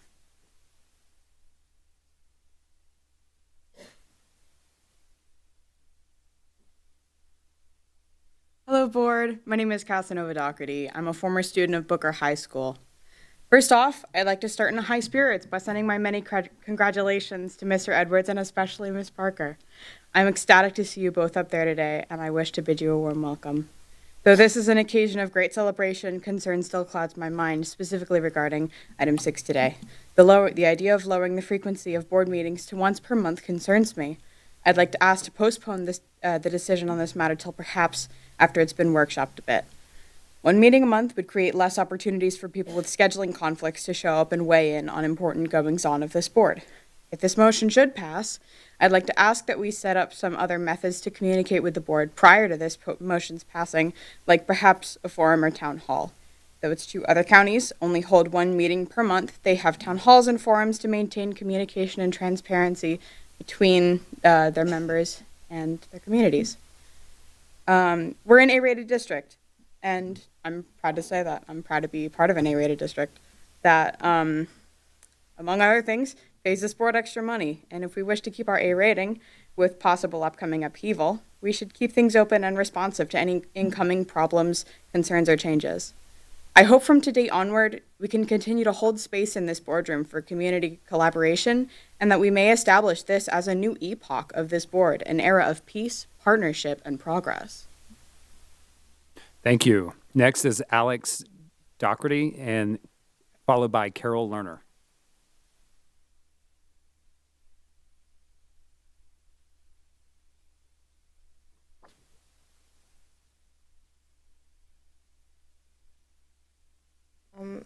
Hi, sorry. My name is Alex Doherty, and I am a student at Suncoast Polytechnical High School. And as a student and community member, I am truly excited to welcome our newly sworn-in school board members, and with it a spirit of collaboration and cooperation. But and as happy as I am about this meeting, I was concerned when I read over agenda item 6.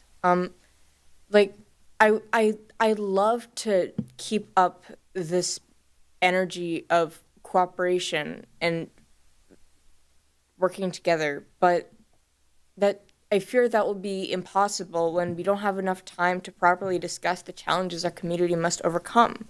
Most of my peers are really busy with extracurriculars and other after-school activities like homework, and fewer meeting dates would make it a lot harder for them to make their voices heard. And yes, most other counties do only have one school board meeting per month, but they also have frequent forums and town halls, so each problem gets the attention it deserves. In order to preserve this wonderful attitude of collaboration, we need to enhance communication with the community, not harm it. So I request that we table this agenda item until we can establish frequent forums and town halls, or at least just something else so that we can make sure that everything is properly discussed. Thank you. Thank you. Next is Carol Lerner, followed by Anya Dennison.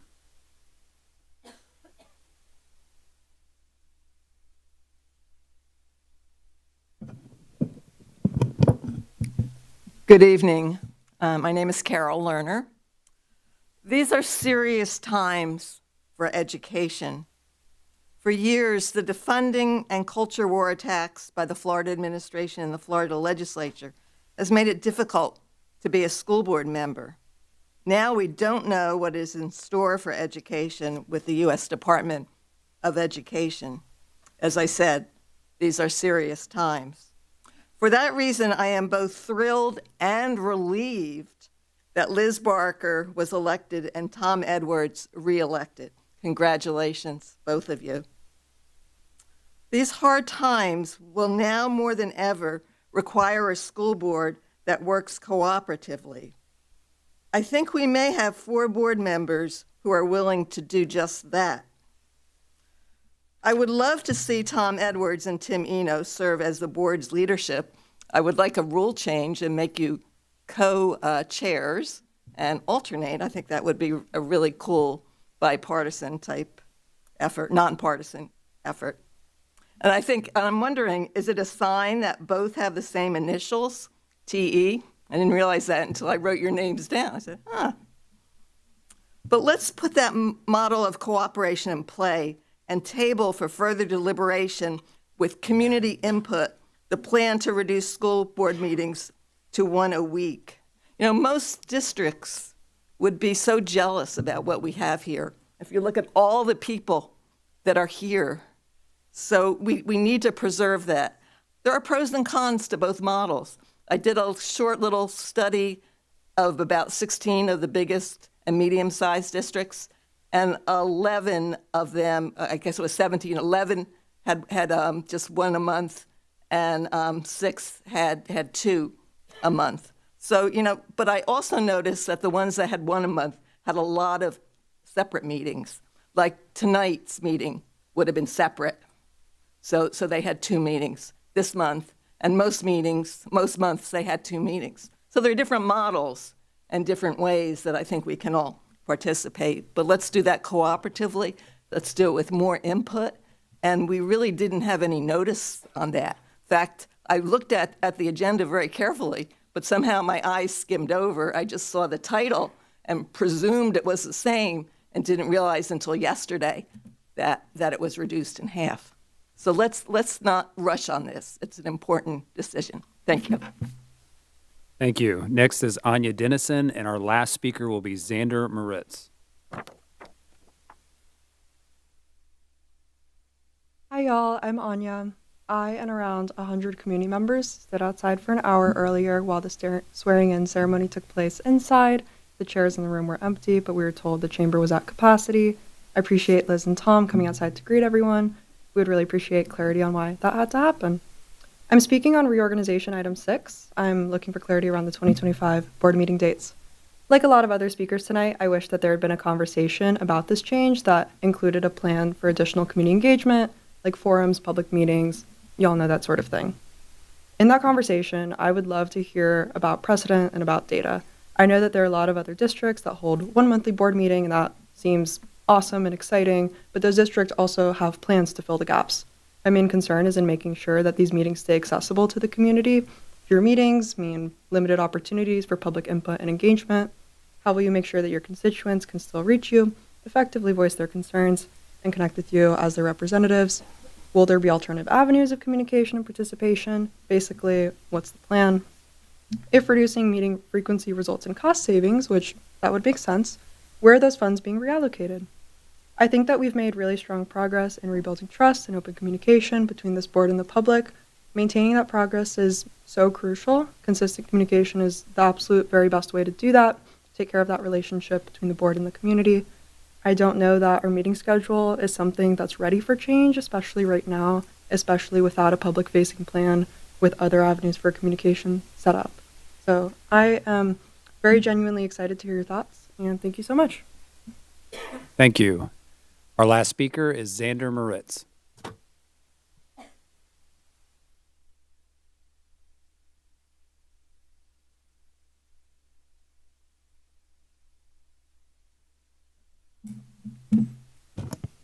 Tom Edwards, Liz Barker, welcome to the Sarasota County School Board. On August 20th, the families of Sarasota were called to the ballot and asked to reflect on who they were, who we are, and across party lines, we drew our own. We drew a line at the wasted time and money. We drew a line at the fear-mongering and politicking. We drew a line at the hatred and the ignorance, and we won. That line, however, was not a finish line, and now today, the real work begins. Mr. Enos, Mrs. Marinelli, Mrs. Barker, and Mr. Edwards, you have each expressed a desire to collaborate with this community. The three of you who have been on this board have also stated that since August 20th, these meetings have become more collaborative, and with the intention of continuing that progress, I ask of you two things. One, that you listen to the families of Ashton Elementary who articulately and intelligently describe to you why gutting one school to feed one that doesn't exist makes no sense. Your only role is to serve the exact people who came to you and asked of you to do something. Please do that thing. Two, that you do not cut the amount of school board meetings, the only chance that our students have to speak with you, in half. As our entire country begins to undergo massive governmental changes that may significantly alter how our public schools here function, we will need to communicate more, not less. We will need to be closer as we navigate what these potential changes mean for our families and how they can show up to our schools, not farther apart. While I can certainly understand wanting to meet less and do more, only holding one meeting per month means that much of our community, especially those who work and study, will no longer be able to make it here and make themselves heard. The one meeting a month that we would have would become oversaturated, overwhelming, and the issues at hand would become under-discussed. Also, nobody wants to go back to meetings running till 10 p.m., and we're getting really close to stopping that from ever happening again. As someone who voted to pay y'all more money through the referendum for the hard work that y'all do, I'm asking you to do that hard work. Since you feel like the current system isn't working, let's not use the current system. Let's get creative. Let's do issue-specific forums. Let's hold community conversations at the schools. Let's work with each other to find a solution. But that solution is not less transparency. It's not less opportunity for conversation. It's not less access to our students and our families who are going to continue to bring to you very valid concerns like you heard today. They'll be finding a way to invite them into this boardroom into your lives, into your policymaking, and helping them achieve what they need for their families to succeed. The answer will always be more conversation, always be more collaboration. It will never be less. So let's figure out a way to make that happen while making this work. And let's find a way to increase our participation in democracy, not decrease people's ability to engage with you when they are showing you that they want to. Thank you. Thank you. That concludes our public comment for the reorganization meeting of the board. And now it is time to conduct the elections for chair and vice chair. Before we begin, let me briefly explain the process and the parameters for the election. Any board member may nominate anyone else on the board, including themselves. All 5 of you are eligible to serve as chair and vice chair. A nomination does not require a second. When I ask for nominations, please raise your hand, state the name of the person you wish to nominate. You may share a brief statement about your nominee if you wish, but that is not required. If only one person is nominated, that individual will be elected by acclamation, and we'll do a hand vote for that. If more than one person is nominated, we will proceed with a vote by ballot. Each board member's ballot will include their name and the name of the nominee that they're voting for. The ballots are considered public record, and the results, including each member's vote, will be read aloud and recorded. With that explanation, we'll now begin the election process. I'll now conduct the elections for chair. Please raise your hand if you would like to nominate or make a nomination for chair. Ms. Ziegler. I would like to nominate Mr. Enos for chair. We have one nomination for Mr. Enos. Do we have any other nominations? Last call. We're going to close for that. Since we only have one nominee, I will declare Tim Enos as our new chair. And if you can just signify that as a board by raising your right hand if you approve. That is unanimous. Congratulations, Mr. Enos. You are our chair.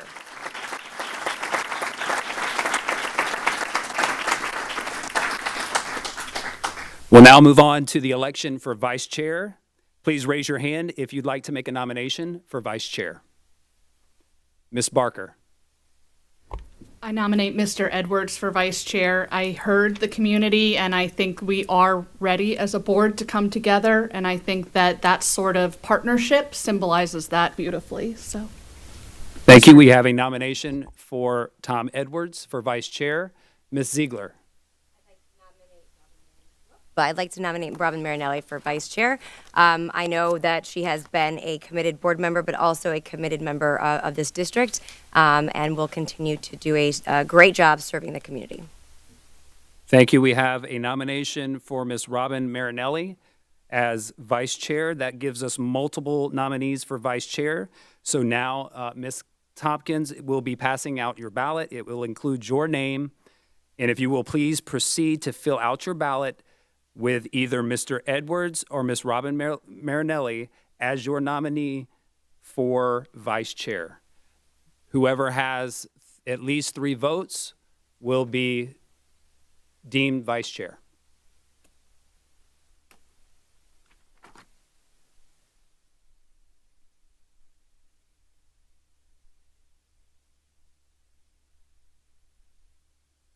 All right, I will read each board member's vote.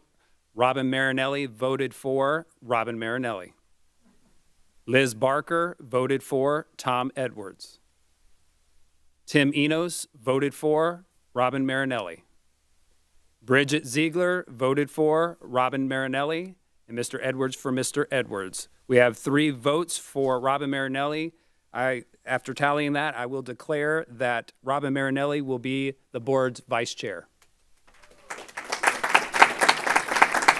I want to thank everyone for your participation for the reorganizations. Congratulations to our new chair and vice chair.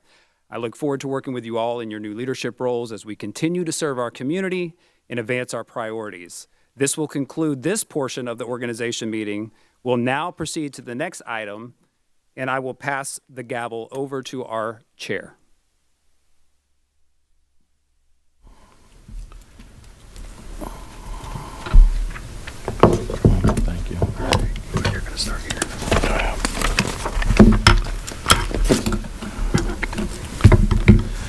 The first point of business will be in reference to the approval of the 2025 regular school meetings, January 14th, February 18th, March 11th, April 15th, May 20th, June 10th, July 22nd, August 19th, September 16th, October 21st, November 18th, December 16th. All meetings will start at 6 p.m. June and July will begin at 3 p.m. May I have a motion?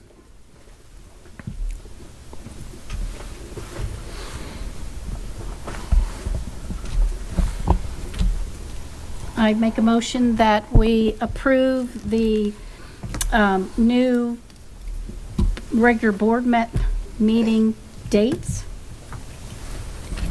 as presented. Do we have a second? Second. So at this point, if we could, Mr. Connor, we could go ahead and have some discussion in reference to the reasoning as we relate to the board to one single per month.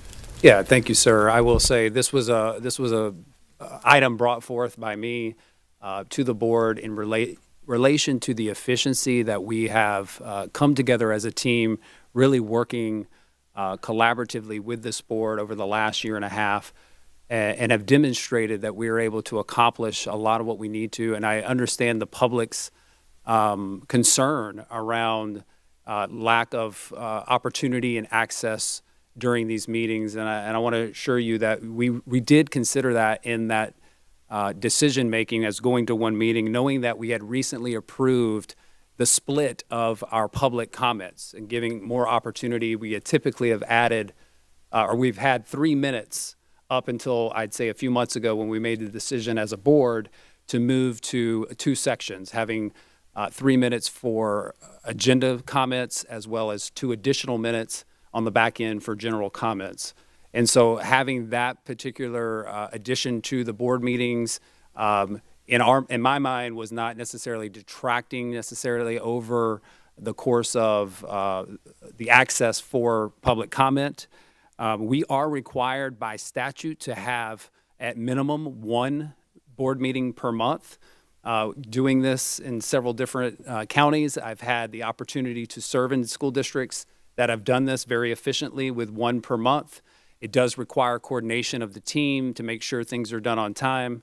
It does require constant communication. I know we have a very effective relationship between the superintendent and each board member going through each of those items and then making sure that we have robust discussion. This does not preclude any workshops. We will still continue to have those scheduled as we do currently, which is usually that first Tuesday of the month.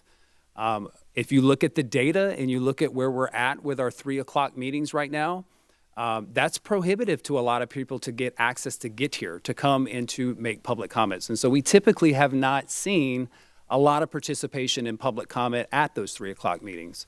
And so I think it was a good compromise to say, you know, there were essentially 6 minutes with 2 meetings per month, going down to 1. We still have 5 with the new policy with the split.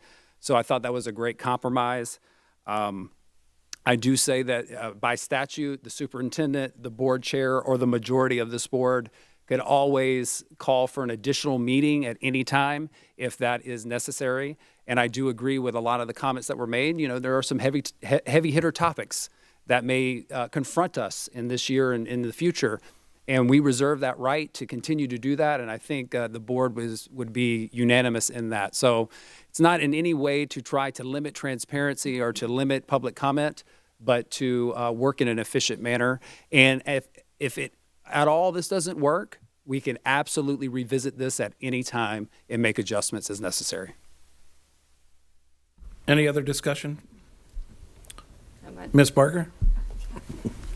Thank you. I think maybe I so appreciate all of you coming out here. Thank you. Thank you for taking the time and being so generous with your time to share your concerns with us.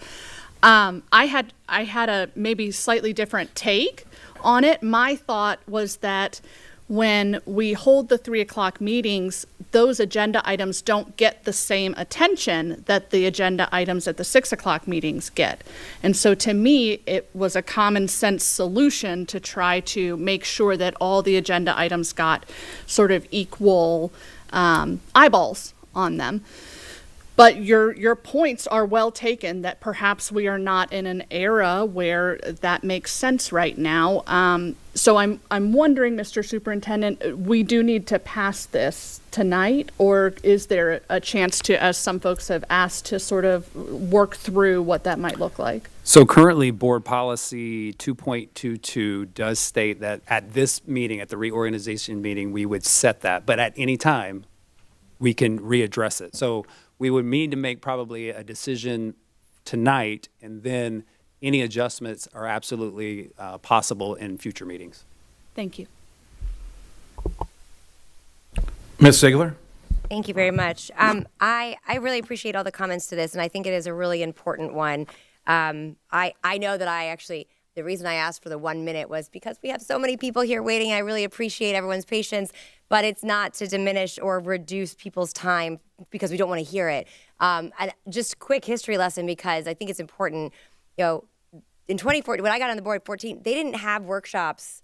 They would end the televised portion and they would go to a completely different room. And it took me 3 years to get that policy passed where we were all in the chambers and they were all recorded so that we could engage our public, because I believe that is imperatively important.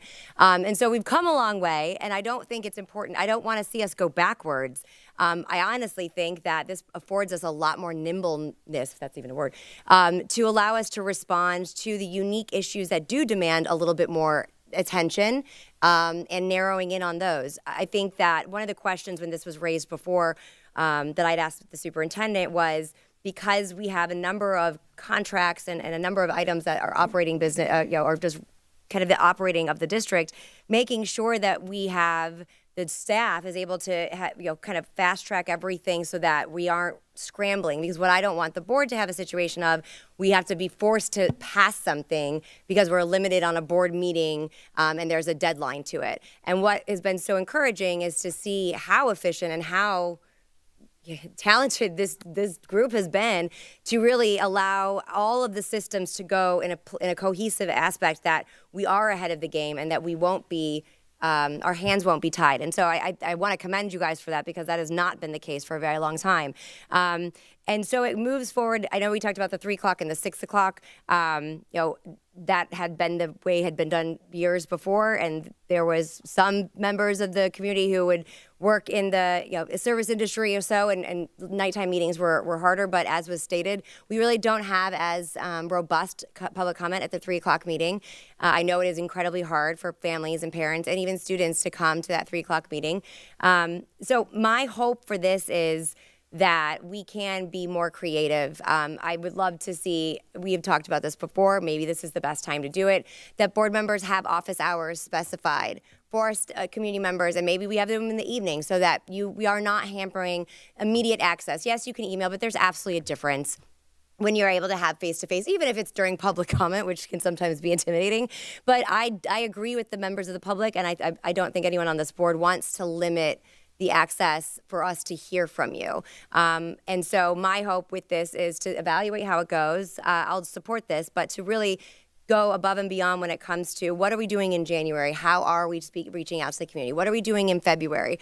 What issues are coming up? And really take a proactive role about that and making sure we communicate it properly. I know that we talk about that a lot, and if we're not communicating it, it really is lost. We lose that opportunity. So I really appreciate the comments. I will support this, but I really do want to have an ongoing conversation with the superintendent and the other board members each month or even months in advance, so that we can ensure that we're optimizing access to the public. Ms. Marinelli? Thank you, Mr. Enos. I also want to thank everybody for coming, and I just want to make it very clear, so everybody is hearing it from me. When I said I wanted the 1 minute, it was because we had a student rep, we had the schools, we still have principals and everybody here. It was not to cut off anybody's speech. I like the idea when Mr. Connor paused the meeting and we came back, so everybody got to speak. So I do value everybody's input. And being the person who has a lot of history with this district, many years ago, there was one board meeting a month, but we were a much smaller district, and nobody ever came, except any of us that worked here and had to do a presentation. It wasn't anything like it is today. So I'm going to support this with the caveat that we evaluate it. How is it working? And also, we had 6 o'clock meetings, and many parents came and said, would you please have an earlier school board meeting because I cannot get here. I work, I can't leave my family. So that was a compromise that the previous board members decided we'll have 2 meetings, one at 6, one at 3. None of that was ever to cut anybody coming to board meetings and sharing their thoughts. So based on the Ashton decisions, not decisions, but conversations, that's why we're having a special board meeting on the 22nd to address. So anytime we can add a meeting. And if we don't need that second meeting, then we don't need it. But that does not mean I do not want to hear from the public, because I read every email. I might not answer every one of them because I don't always have the information, or I cannot, because it's something that's going to be brought up for a vote. But I do read them. I have 3 pages of notes, so I do listen to what people say. But I will support this, but with the caveat that we evaluate it each time. It might work, but it might get us out more. I don't know, but we'll try it. So I am going to support it. Thank you. Mr. Edwards, please. Thank you. I'll try and be brief, but I have a lot to say. What this comes down to for me is a matter of trust. And when I originally spoke to the superintendent that I was open to talking about 1 meeting per month, it was because Mr. Enos did an admirable job of stepping into the role of chair. He was able to calm the community down. He was able to lead us into a really collaborative atmosphere at the board.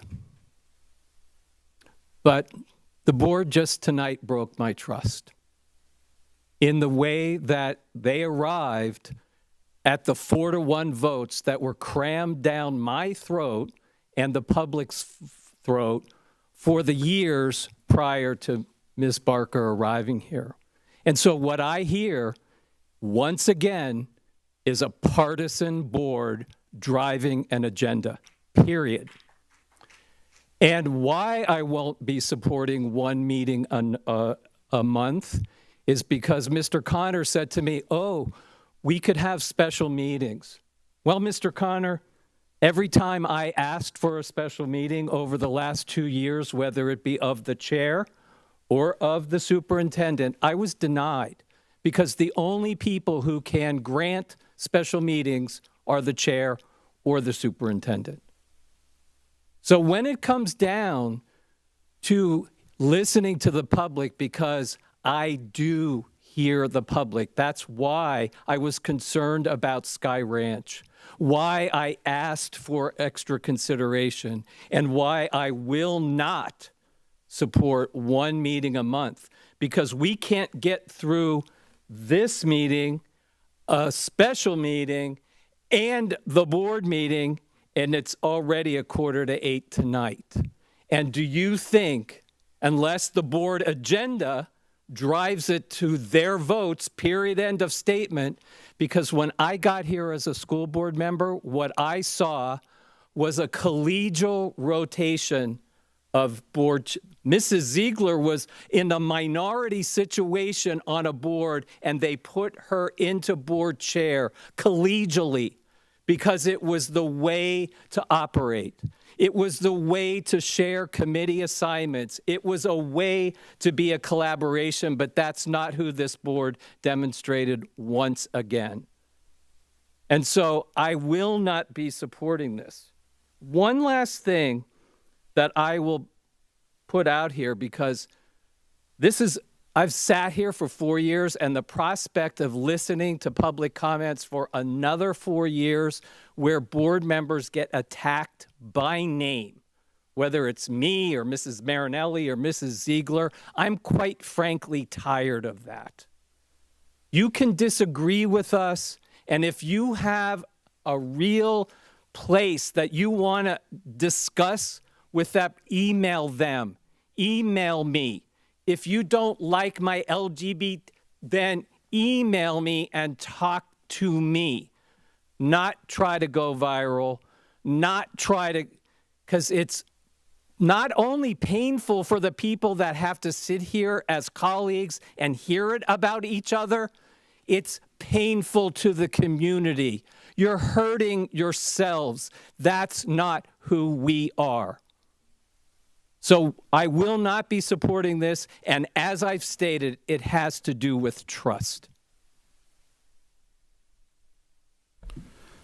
Thank you, Mr. Edwards. I can guarantee as the chair that you will always be recognized, you will always be able to speak, you always will be able to be leaned upon for guidance in reference to things, just as you made the motion in reference to have the special meeting of the comments of citizens. I think that is more than adequate. I know that you're looking for assistance in reference to the working in collaborations with SMH and a lot of other partners, as well as moving forward with teacher housing and trying to be able to benefit them. I think that all of those things will, as long as I'm here, will 100% will be taken and will be moved and will be given 100% consideration as we move forward.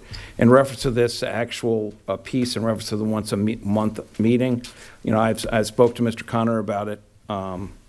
I do like the idea of having office hours where we would have a set schedule of office hours here so that we could actually meet people no matter where you were from or what the district would be. I think that would be something that would be really well, I think that would be something well to move on. I also like the opportunities that we should have special meetings, especially with different topics in town halls. I think that, as Mr. Moritz said, I think that is something that we should continue on doing, because I believe that, you know, everybody here on the board is moving towards the same thing, which is making sure that our students are taken care of, period, especially when it comes to education, as well as listening to other speakers reference to, like, just in regard to the Sky Ranch redistricting and the process that was go there, that, you know, those are things that we also need to hear up here.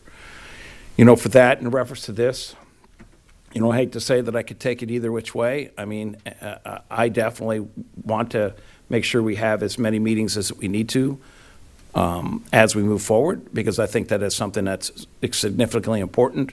I know that at 3 o'clock they're not attended. I also know that in reference to the staff puts in a lot of hours in preparation. I know that our workshop schedule will be maintained the same. So I don't believe that any of that stuff regarding to the transparency of that, I don't think that changes at one bit. The only difference would be is that our agendas will be longer as a consent agenda and different items of topic if we go to once a month, which everybody would be able to come to because it wouldn't be at 3 p.m. So with that, we'll go ahead and, as we have a motion. Refreshed. We have a motion by Ms. Marinelli. We have a second by Ms. Ziegler.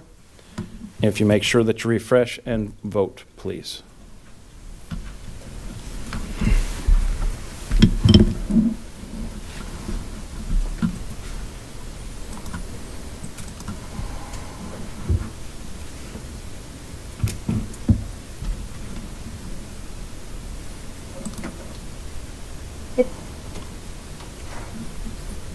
Oh, there it is.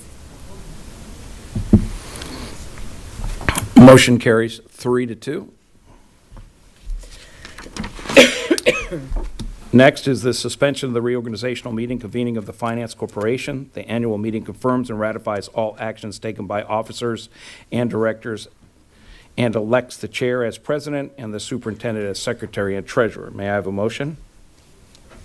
I move that the where does it go? That the reorganizational meeting be suspended and the annual meeting of the Financing Corporation for the School Board of Sarasota County be convened. Motion by Ms. Ziegler. Do I have a second? Second. Second by Ms. Marinelli. Any discussion? Seeing none, please vote.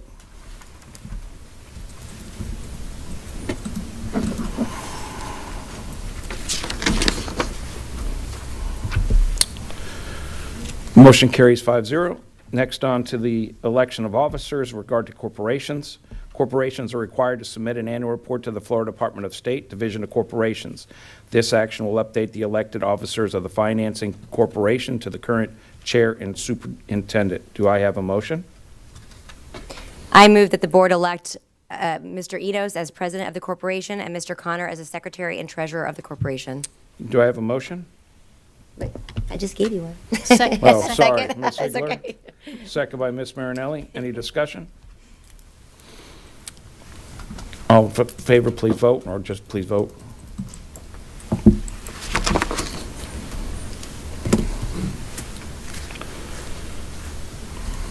Motion carries 5-0. Next to adjournment of the annual Financing Corporation meeting and reconvene the reorganizational meeting. May I have a motion? I move that the annual meeting of the Financing Corporation of the School Board of Sarasota County be adjourned. I have a motion by Ms. Ziegler. Do I have a second? Second. Second by Ms. Barker. Any discussion? May I have a vote? Oh, here we go. Yep, it's up. Please vote.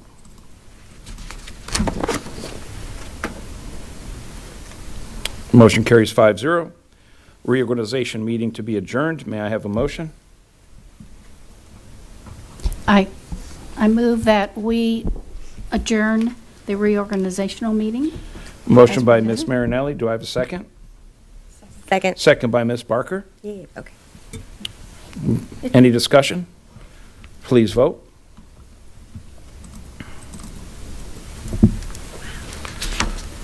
Motion carries 5-0.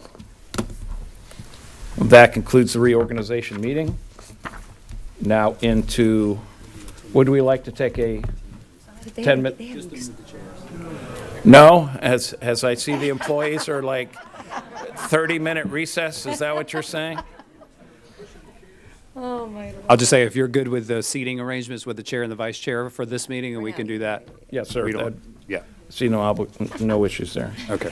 They just haven't gotten. Okay, so moving into the meeting, the SCS Care Program's Recognition Program celebrates Sarasota County school employees who go above and beyond in showing care and support of others. This initiative allows parents, staff, and community members to recognize those who make a difference every day.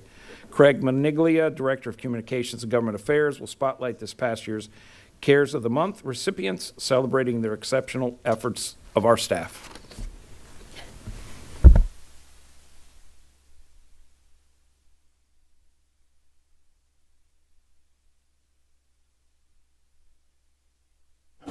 Hello, there you go. Good evening, school board members, Superintendent Connor, Mr. Duggan. Tonight we're here to celebrate those employees who are recognized for going above and beyond in the SCS Cares Recognition Program. And I must say, I'd like to thank them tonight for their patience. And this is exactly why they're here, for being Employees of the Month, because they stayed the whole time. So thank you for that. We receive hundreds of submissions throughout the year through our online portal we receive hundreds of submissions throughout the year in our online portal, and each month, one submission is chosen to represent that month. All employees' stories are recognized and shared online in the month they were submitted. Each employee of the month is celebrated with a small gathering at their worksite and presented with a certificate and a pin. In addition, an email is sent to every employee, supervisor, and their supervisor who is recognized in the portal, allowing for additional celebration and praise for going above and beyond. I also would like to recognize Lisa Wagner and Tori Ewald from Communications, along with their team of panelists who each month go through every Cares and select the Cares of the Month so we can go out and celebrate these individuals. Many of these individuals have saved lives. They have done extraordinary things, and sometimes just something that needed someone to say thank you. So it's a very important program for our district, and I'm proud to be part of the nominating and selection committee, and I get to go to every CARES, which is great. So we've prepared a very short video for you all to watch, recognizing them and a little bit about the CARES program. You can. So that's going to help us have a nice conversation. Throughout Sarasota County Schools, amazing things are happening every day. Teachers are inspiring students while support staff are paving the way for learning and growth. These moments can be big or small, but they all make a difference. And this November, we want to say thank you. The SCS CARES program allows anyone to recognize a staff member for their hard work, dedication, and excellence in helping our district in its mission. Yeah, I think that sometimes these people do this work because they love it, but they don't always get recognized. So this gives us an opportunity to celebrate them to a broader audience, for people that just show up and do their job every day and do it with excellence. I think SCS Cares is a wonderful program, and it's important to have it because it's a forum for people to be grateful for the things going on in our schools. We recognize our staff here on campus, but it also gives an opportunity for parents and for community members to be able to recognize our staff as well. On behalf of the school district and the school board, we have a couple of our school board members here today. Thank you for everything. We appreciate you. SCS Cares stands for positive culture, excellence in academics, engaging relationships, enriching experiences for all students. This year's Cares of the Month recipients have made students feel safe and supported both in school and beyond. They've reached out, offered a helping hand, and protected them. Officer Mark goes above and beyond every day. He's actively present and just very bright and happy with the kids. And most recently, I had seen him do really a heroic act of ensuring that a child didn't get hit by a vehicle in the parent pickup line. And it really just was a catalyst for leveraging the opportunity through the SCS CARES portal to say thank you.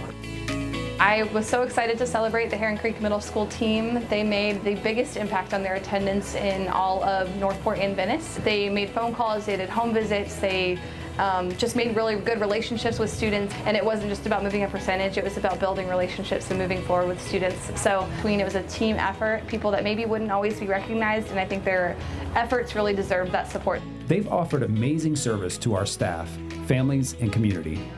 Anyone can submit a SCS Cares nomination. Just visit our website, sarasotacountyschools.net/SCS Cares. I guarantee this will be something they remember for the rest of their lives. To know that a staff member, when really all they were doing for them was their job, but to know that they are recognized in an even larger setting is truly something that they will remember. I would encourage anyone to fill out an SCS Cares because it is quick, it's easy, and it provides them the opportunity to be recognized beyond just the borders of their campus. We loved using the SCS Cares program to really highlight the wonderful acts that our staff does each and every day, who go above and beyond, and whether they're recognized through a submission by someone from the community or internal staff, it's such an outstanding program to really recognize that hard work.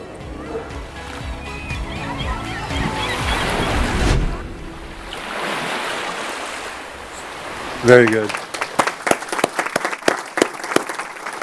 So I do recommend that everybody take a look at that website portal, and you can see all the past submissions over the last few years, as well as each month as they come in. And if you feel encouraged to do so, please send to CARES. No matter how trivial, it means a lot to the person.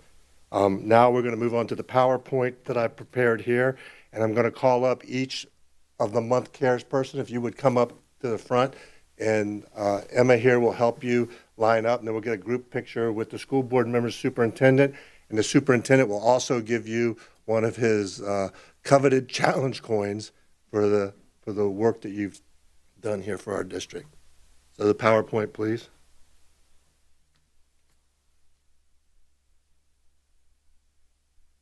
So first off, we're going to ask the November Dr. Gloria Armstrong to come up.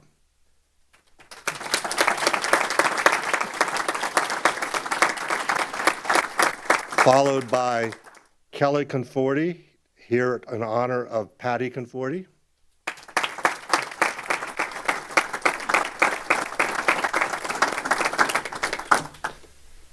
The January Cares Grace Latosky.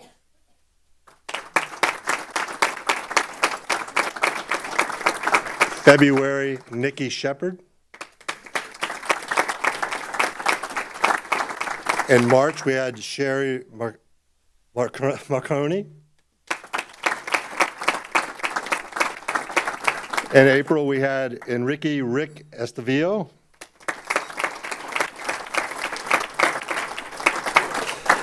In May, we had the attendance group of Danny Stout, Elena Coleman, Sherry Steiner, Sophia Tyson, and Gwen Booker.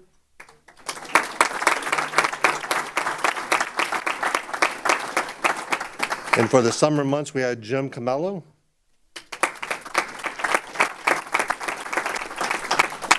August, we had Officer Mark Adams. And in September, we had Officer Dan Ekis, AP Jason Jackson, and Safety and Security Officer Larry Wilson.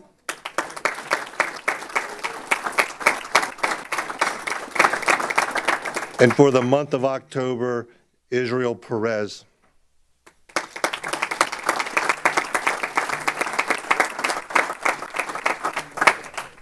Anybody wants to take a picture, you can come up here and take a picture of this group. School board members, if you'd like to come down, possibly, and get a picture, that would be great.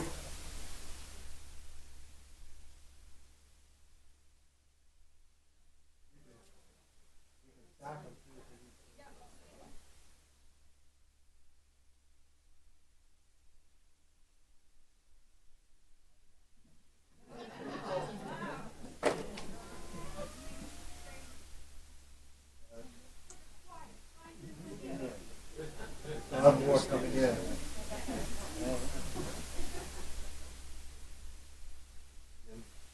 You're more important than me. We all have this benefit.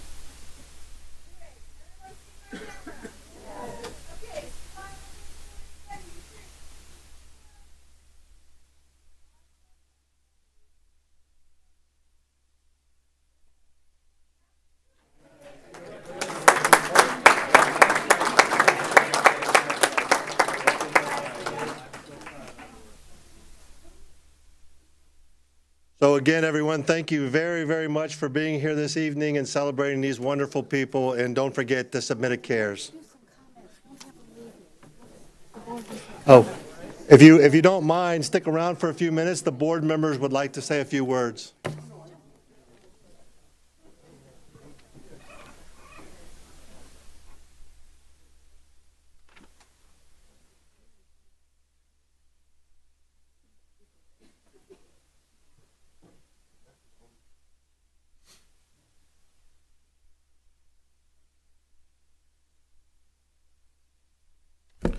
Ms. Marinelli? Thank you, Mr. Enos. I won't keep you. I want to congratulate everybody, but there is one person, and I think he did sneak out, that don't leave. Come here, bring your daughter. I just want to, I appreciate everybody and congratulations, but I have to point out one gentleman that I worked with for many, 30-some years. I started working with him when I was a school counselor at Southside, and Jim Camello wasn't a school board employee yet, but he came and he was working with a different agency, and he went above and beyond and worked with our students that were at risk. He bought I'll never forget, an alarm clock for one student, and he went and checked on you to make sure you get to school on time. And then when I became the supervisor of student services, Jim was a social worker there, and we're so blessed to have such wonderful employees. But I just have to say, Jim has been pointed out in the paper with the season of sharing. He goes above and beyond, is so loving and kind to all parents, regardless of any situation. And when I think of a social worker, I think of you, Jim. So thank you for everything you've done for all the families, our community, and it's wonderful to have your daughter here who's a school counselor and knowing her, not really knowing her, but knowing about her since she was born. So anyway, but congratulations, and you are just a tremendous person. So thank you.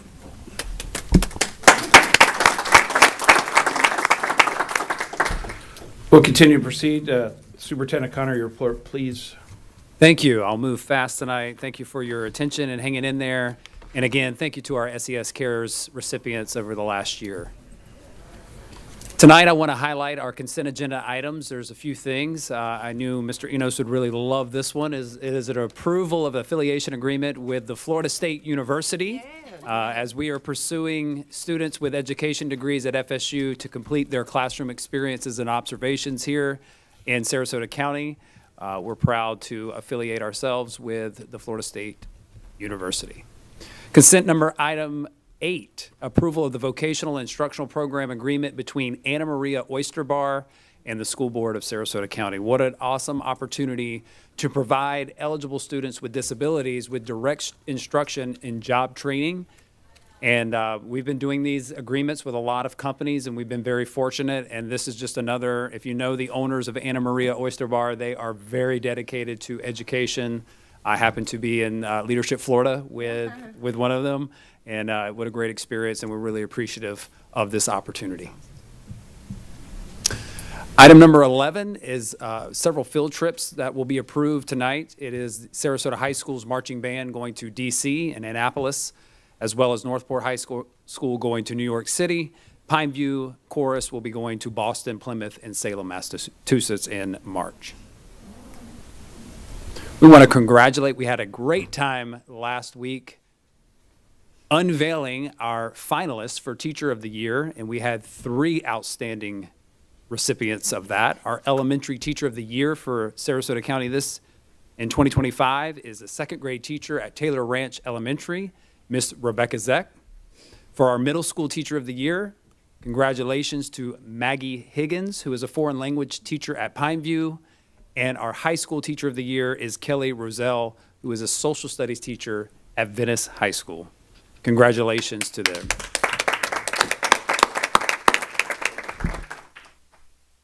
We're also proud to announce our Principal and Assistant Principal of the Year. So this year, the Principal of Sarasota High School, Mr. Ryan Chase, was announced as our Principal of the Year, and our Assistant Principal of the Year is from Brookside Middle, which is Amanda Rojas. Congratulations to them. They do outstanding work and are great leaders. We want to recognize one of our middle schools who is receiving a really prestigious award. It's called the Exceeding Expectations Project. It is an initiative that has identified Herring Creek Middle School as eligible for this award. Out of 352 middle schools in Florida, Herring Creek is one of only 6 Title I middle schools that is identified to be eligible. And so the final announcement is going to be in early February, but essentially this school receives this award when they are deemed Title I and they exceed all expectations through their data points, and Herring Creek is eligible for this. And so we're really proud of the work that's going on there. Congratulations. Don't forget, we have another job fair coming up on Wednesday, December 4th from 10 a.m. to 1 p.m. at our STC North Campus. We'll be hiring for instructional and non-instructional positions for this year. Please come out and see us, and hopefully we can secure a job for you. And our annual art sale for adult community education will commence on Thursday, December 5th from 10 a.m. to 3 p.m. Come out to Beneva Road at our STC Conference Center. It is open to the public, free admission and parking, and credit cards and checks will only be accepted.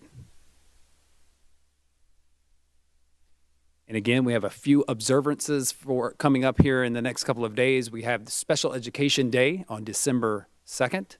Substitute Teacher Appreciation Day will be November 22nd.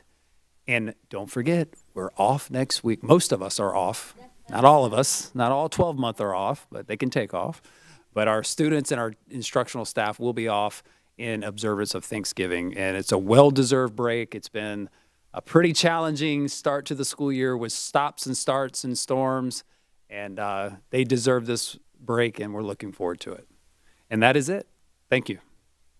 Thank you, Superintendent Connor. Next, moving on to the hearing of citizens regarding to agenda items. You'll have 3 minutes to address the board. Please make sure that it is to the agenda as presented. First will be Carol Lerner. Second will be John Wiseman. Carol Lerner will be to number 18th, which is approval of the superintendent's monthly finance report for the month ending September 30th.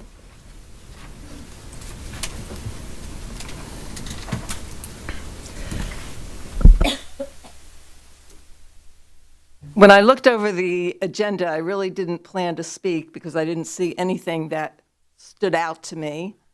But then I looked at the budget, just out of curiosity, more than anything, and I actually became confused. So I have a number of asks in the name of transparency and accountability. I'll tell you where I got confused. It was on the second page where it said that total revenues are budgeted at 590 plus million, but then the amount that came in was only 19 million, if I'm reading it right. So I don't know if I'm reading it right, maybe I'm not. But it led me to think that it might be valuable, and I talked to a number of other people who are interested in this, in having a community session with Ms. Penner, perhaps, on the budget, where we can ask dumb questions about it. So that's one ask that I have tonight. But it made me start thinking about other, I guess what you would call budget metrics or possible budget metrics, or at least they're metrics. And I know this has been raised many times, that I think we need to have like monthly stats on vouchers. Maybe they're there somewhere on the website. I couldn't find them. And the same thing with charter school enrollment. I'd like to see that as a community member. And I liked one time when we had really super detailed information on student population. And I raise this because I'm just very concerned with the future, as I said earlier, with the future of education. There are a lot of serious issues, but there's a lot of things going on, even outside of Florida DOE and US DOE. There's population decreases. There are the exit of students because of vouchers. There's people leaving because they can't afford to live here. There's all sorts of things that could seriously impact our budget. So as a community member, I would like to do that. Then I started like digging even deeper, like what information is available. So I went to the dashboards, and I found them to be very inadequate and totally out of date. The data was like 2022, and I really think we can do a much better job with dashboards, and maybe even keep them up to date for even the current year. I know previously it's supposed to be the prior year, but they weren't even the prior year.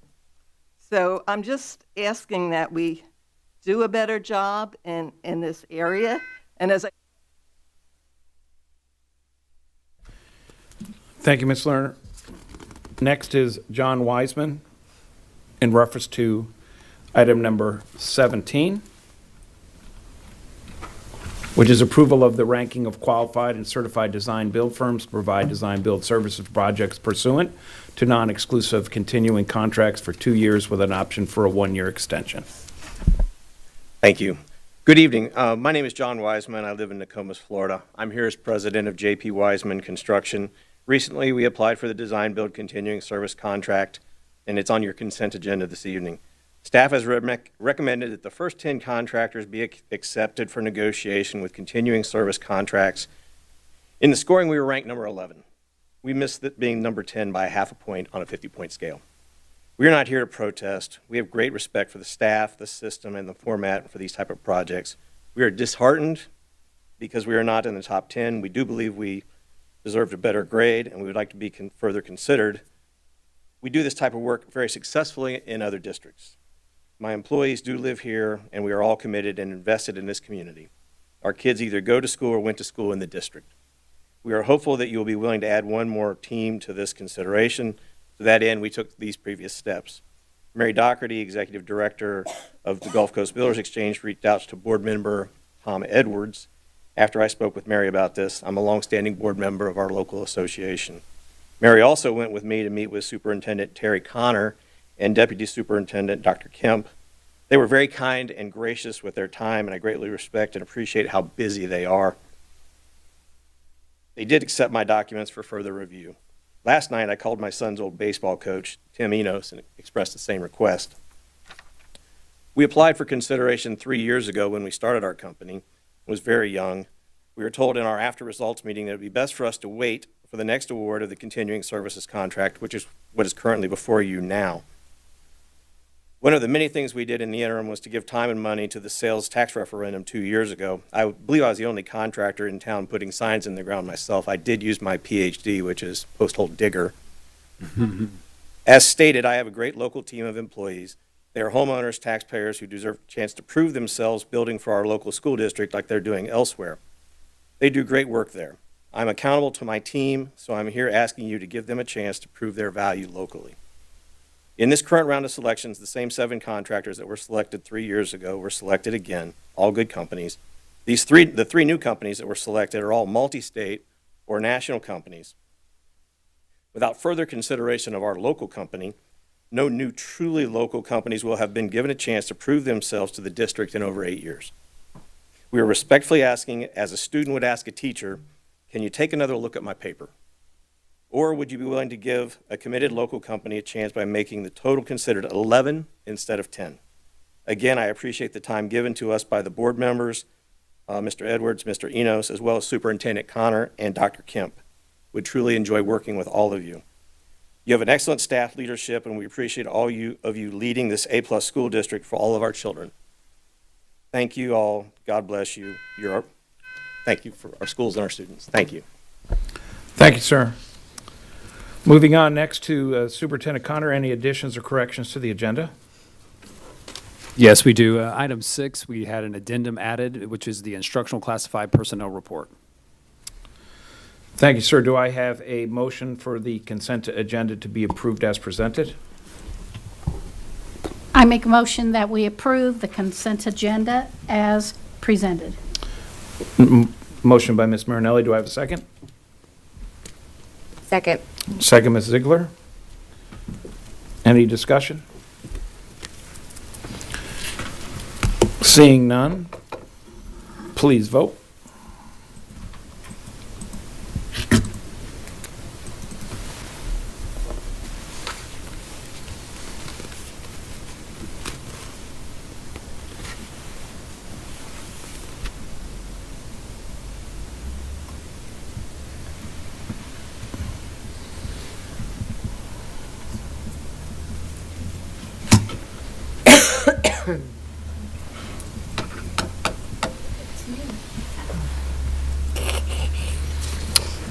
Motion carries 5-0. There's no new business on the agenda. Next, we'll be moving on to hearing of citizens. Each citizen will get 2 minutes to speak. Please, as you come up here, if you'd state your name in reference to, and also make sure within the policy guidelines, no personal attacks. First will be Barbara Vaughn, and then Elizabeth Bornstein. Barbara Vaughn is gone. Next will be Elizabeth Bornstein, and then Wendy Rosen. Then will be Sebastian Martinez. I see him. I see him back there.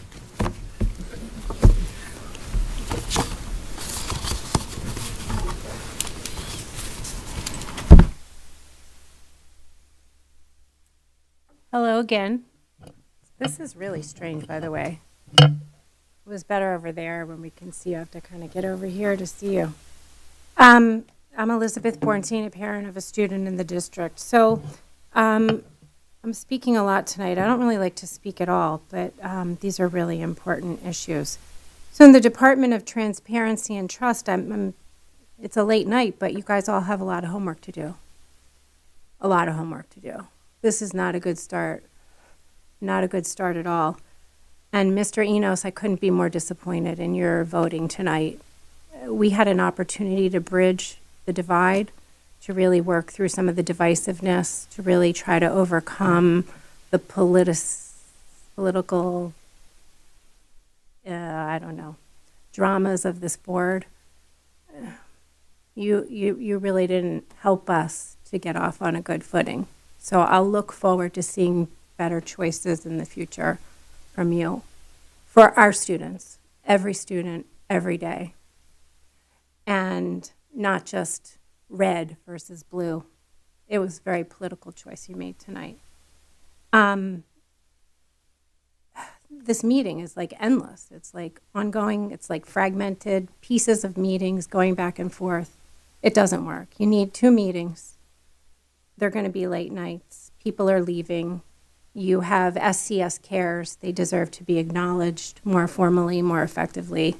And they're at the end or the beginning, whatever it is. It's not working already. Hearing of citizens, we deserve our time. So please don't undermine that again. And the Ashton situation at the expense of the creme de la creme of Sky Ranch. Really, really unfortunate. And then security, thank you. Thank you for caring. I read more and more incidents of gun violence. I'm grateful to see improvements being made all the time. Metal detectors.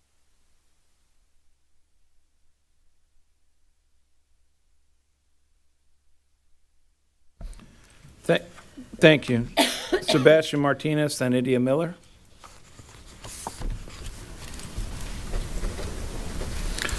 Then Julie Forstier.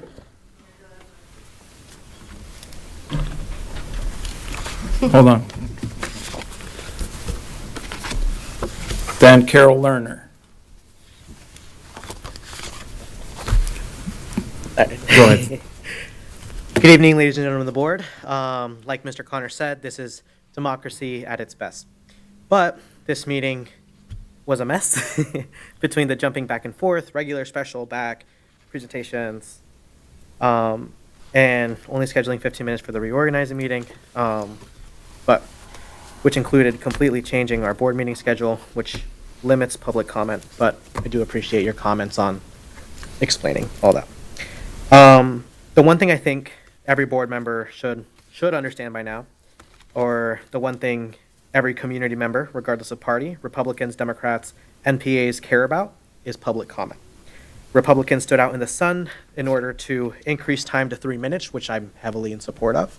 I have talked to hundreds of community members between 2022 and 2024 who all mentioned how they didn't like the board's handling of public comment. Ms. Ziegler, the area I usually can defend you, support you, and appreciate you is your support of protecting public comment. I've come here since I'm 16 years old. I'm 20 now. So I've seen all those changes happen.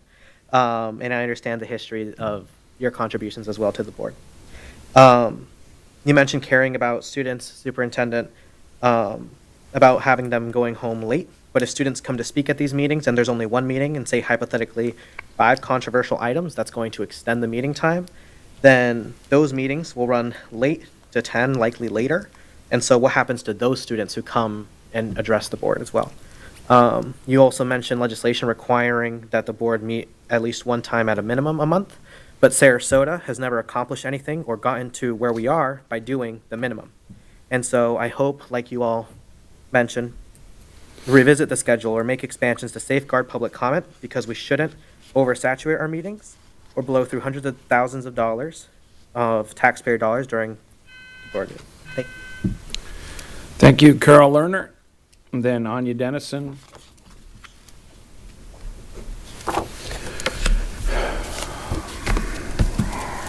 Okay, I just want to, Carol Lerner, I just want to congratulate the community for voting so overwhelmingly on the referendum.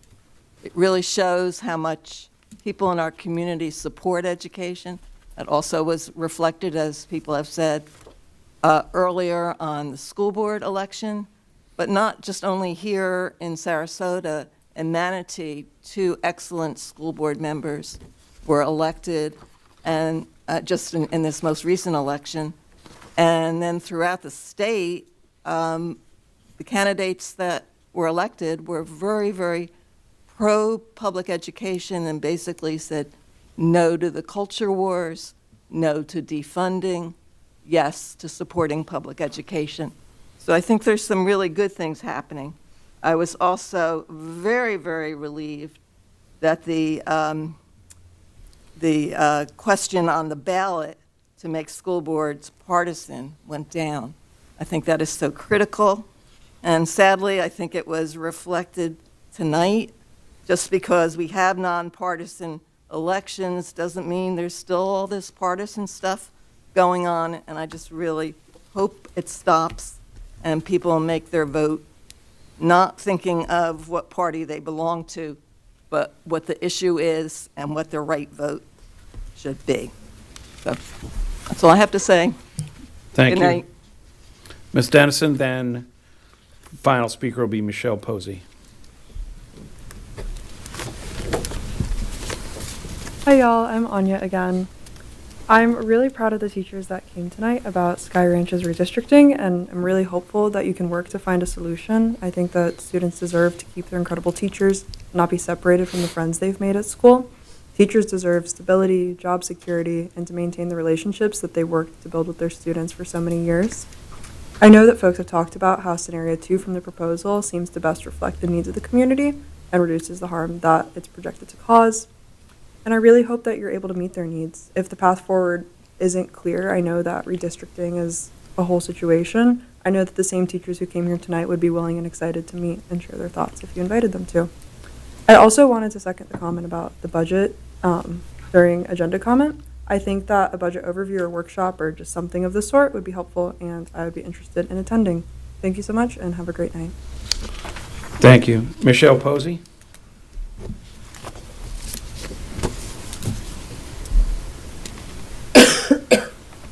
Hi, good evening, Michelle Posey. You know, only one thing could probably keep me here this late because I was checking things off that I didn't need to talk about anymore. But we had talked a little bit, I had heard a little bit of a history lesson from an earlier speaker about the atrocities during Nazi Germany. And I thought, you know, you don't have to look back that far to see complete and total government overreach, because only one person in this entire room here, still left in this room this late at night, only one person ever pushed their government overreach, and that is Mr. Tom Edwards. When you tied masks to children's faces that Ms. were not Posey, your own. please no And this is personal the reason, attacks. no, it's not a personal attack, but he is the representative Ms. from my district, and there was just a Florida case in the 11th Circuit Court, Moms for Liberty Brevard versus Brevard County Public Schools, and they won because you cannot limit my free speech to address him, Mr. Tom Edwards, Mr. Edwards, School Board Member Edwards. I will address him in that manner and talk about him because it's my First Amendment right. So look at that ruling before you interrupt me. You tied Please don't be masks to people's, disrespectful. you tied masks to people's faces, to kids' faces. You're not a parent, you're not an educator, and you're not somebody who has a medical background. And I need for people to understand that when you speak about trust from the dais, it makes some people in this community almost go down a trip of down memory lane, because I dealt with hundreds, if not thousands, of families who had people from sexual abuse that couldn't wear masks because it was triggering, to children with sensory issues who could not go to school because of your mask mandate, people who could not breathe because of breathing issues. This is something real. And again, I will come here meeting after meeting and I will call him by his name, Mr. Tom Edwards, and I will hold each one of you responsible. It is my First Amendment right. Do not quench it. Thank you. Thank you. I know about the First Amendment. I protected yours for 34 years. And you better continue to do it And here. you don't have to worry that I will. Thank you. Well, that concludes our hearing of citizens. Now we will go ahead and we will move into board member comments. Ms. Ziegler? Well, I appreciate everyone for hanging in there. I want to thank the SCS Cares recipients and their supportive staff members that stayed for a long time. I guess I want to reiterate, I know that a lot of comments were made about how maybe perhaps clunky this meeting was. And I welcome public comment. I think everyone on this board does. My intention was to balance the ability to hear from everyone and still allow the operations of the board meeting to continue, while also being respectful of this unique situation of the staff members and the recognition that they were going to be having shortly thereafter. Perhaps it was misunderstood as I heard the cheers or gasps, but there is actually thought process brought forward in my motion to suspend those rules. I wanted to address a member of the public who brought forward the dashboards and the financial, the budget training. So, and Mr. Maniglia, I don't know if he's still here. I believe we had some amazing recordings of our brilliant CFO, which was the first time we'd done it in a while. And if it's not accessible, it is on the website, I think, still. But I would encourage you to go because it was actually really great. There were a lot of people who, because government education finance is very unique. Government finance, very unique. Add education finance to it, and it's a whole different language. And certainly with the nuances that come every single year with all the various changes. But I would encourage you to go there because it does exist. As far as the dashboards, I am shocked. I thought they were removed. I thought we stopped them. So that might be why you did, but I don't know. So I appreciate you bringing that up because I want to find out about that because I certainly don't want us to have outdated items. I think we've enhanced some other areas, but you were probably doing a lot of research and went down a rabbit hole and found it still available. So I appreciate that. I want to thank everyone again for coming today. I know we have a lot of discussion before us with the redistricting. It is the first redistricting that this board has had to deal with for many, over 2 decades. But this, among many of the things that come before this board, are very serious, and I know that no one up here takes those items lightly. And so I look forward to continuing to hear from the members of the public and deliberating with my board.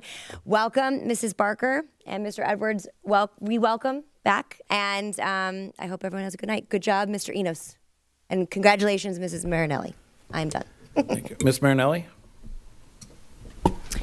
Thank you, Chair Enos. Also, I'd like to welcome Mrs. Barker, going to be sitting, I think, next to me. I look forward to working with you, and congratulations, Mr. Edwards. I look forward to working with you, and that we will be a cohesive board.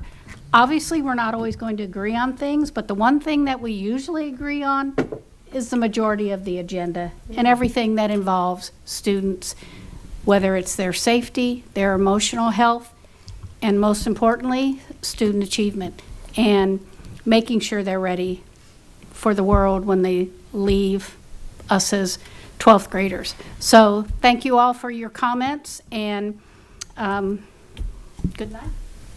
Ms. Barker?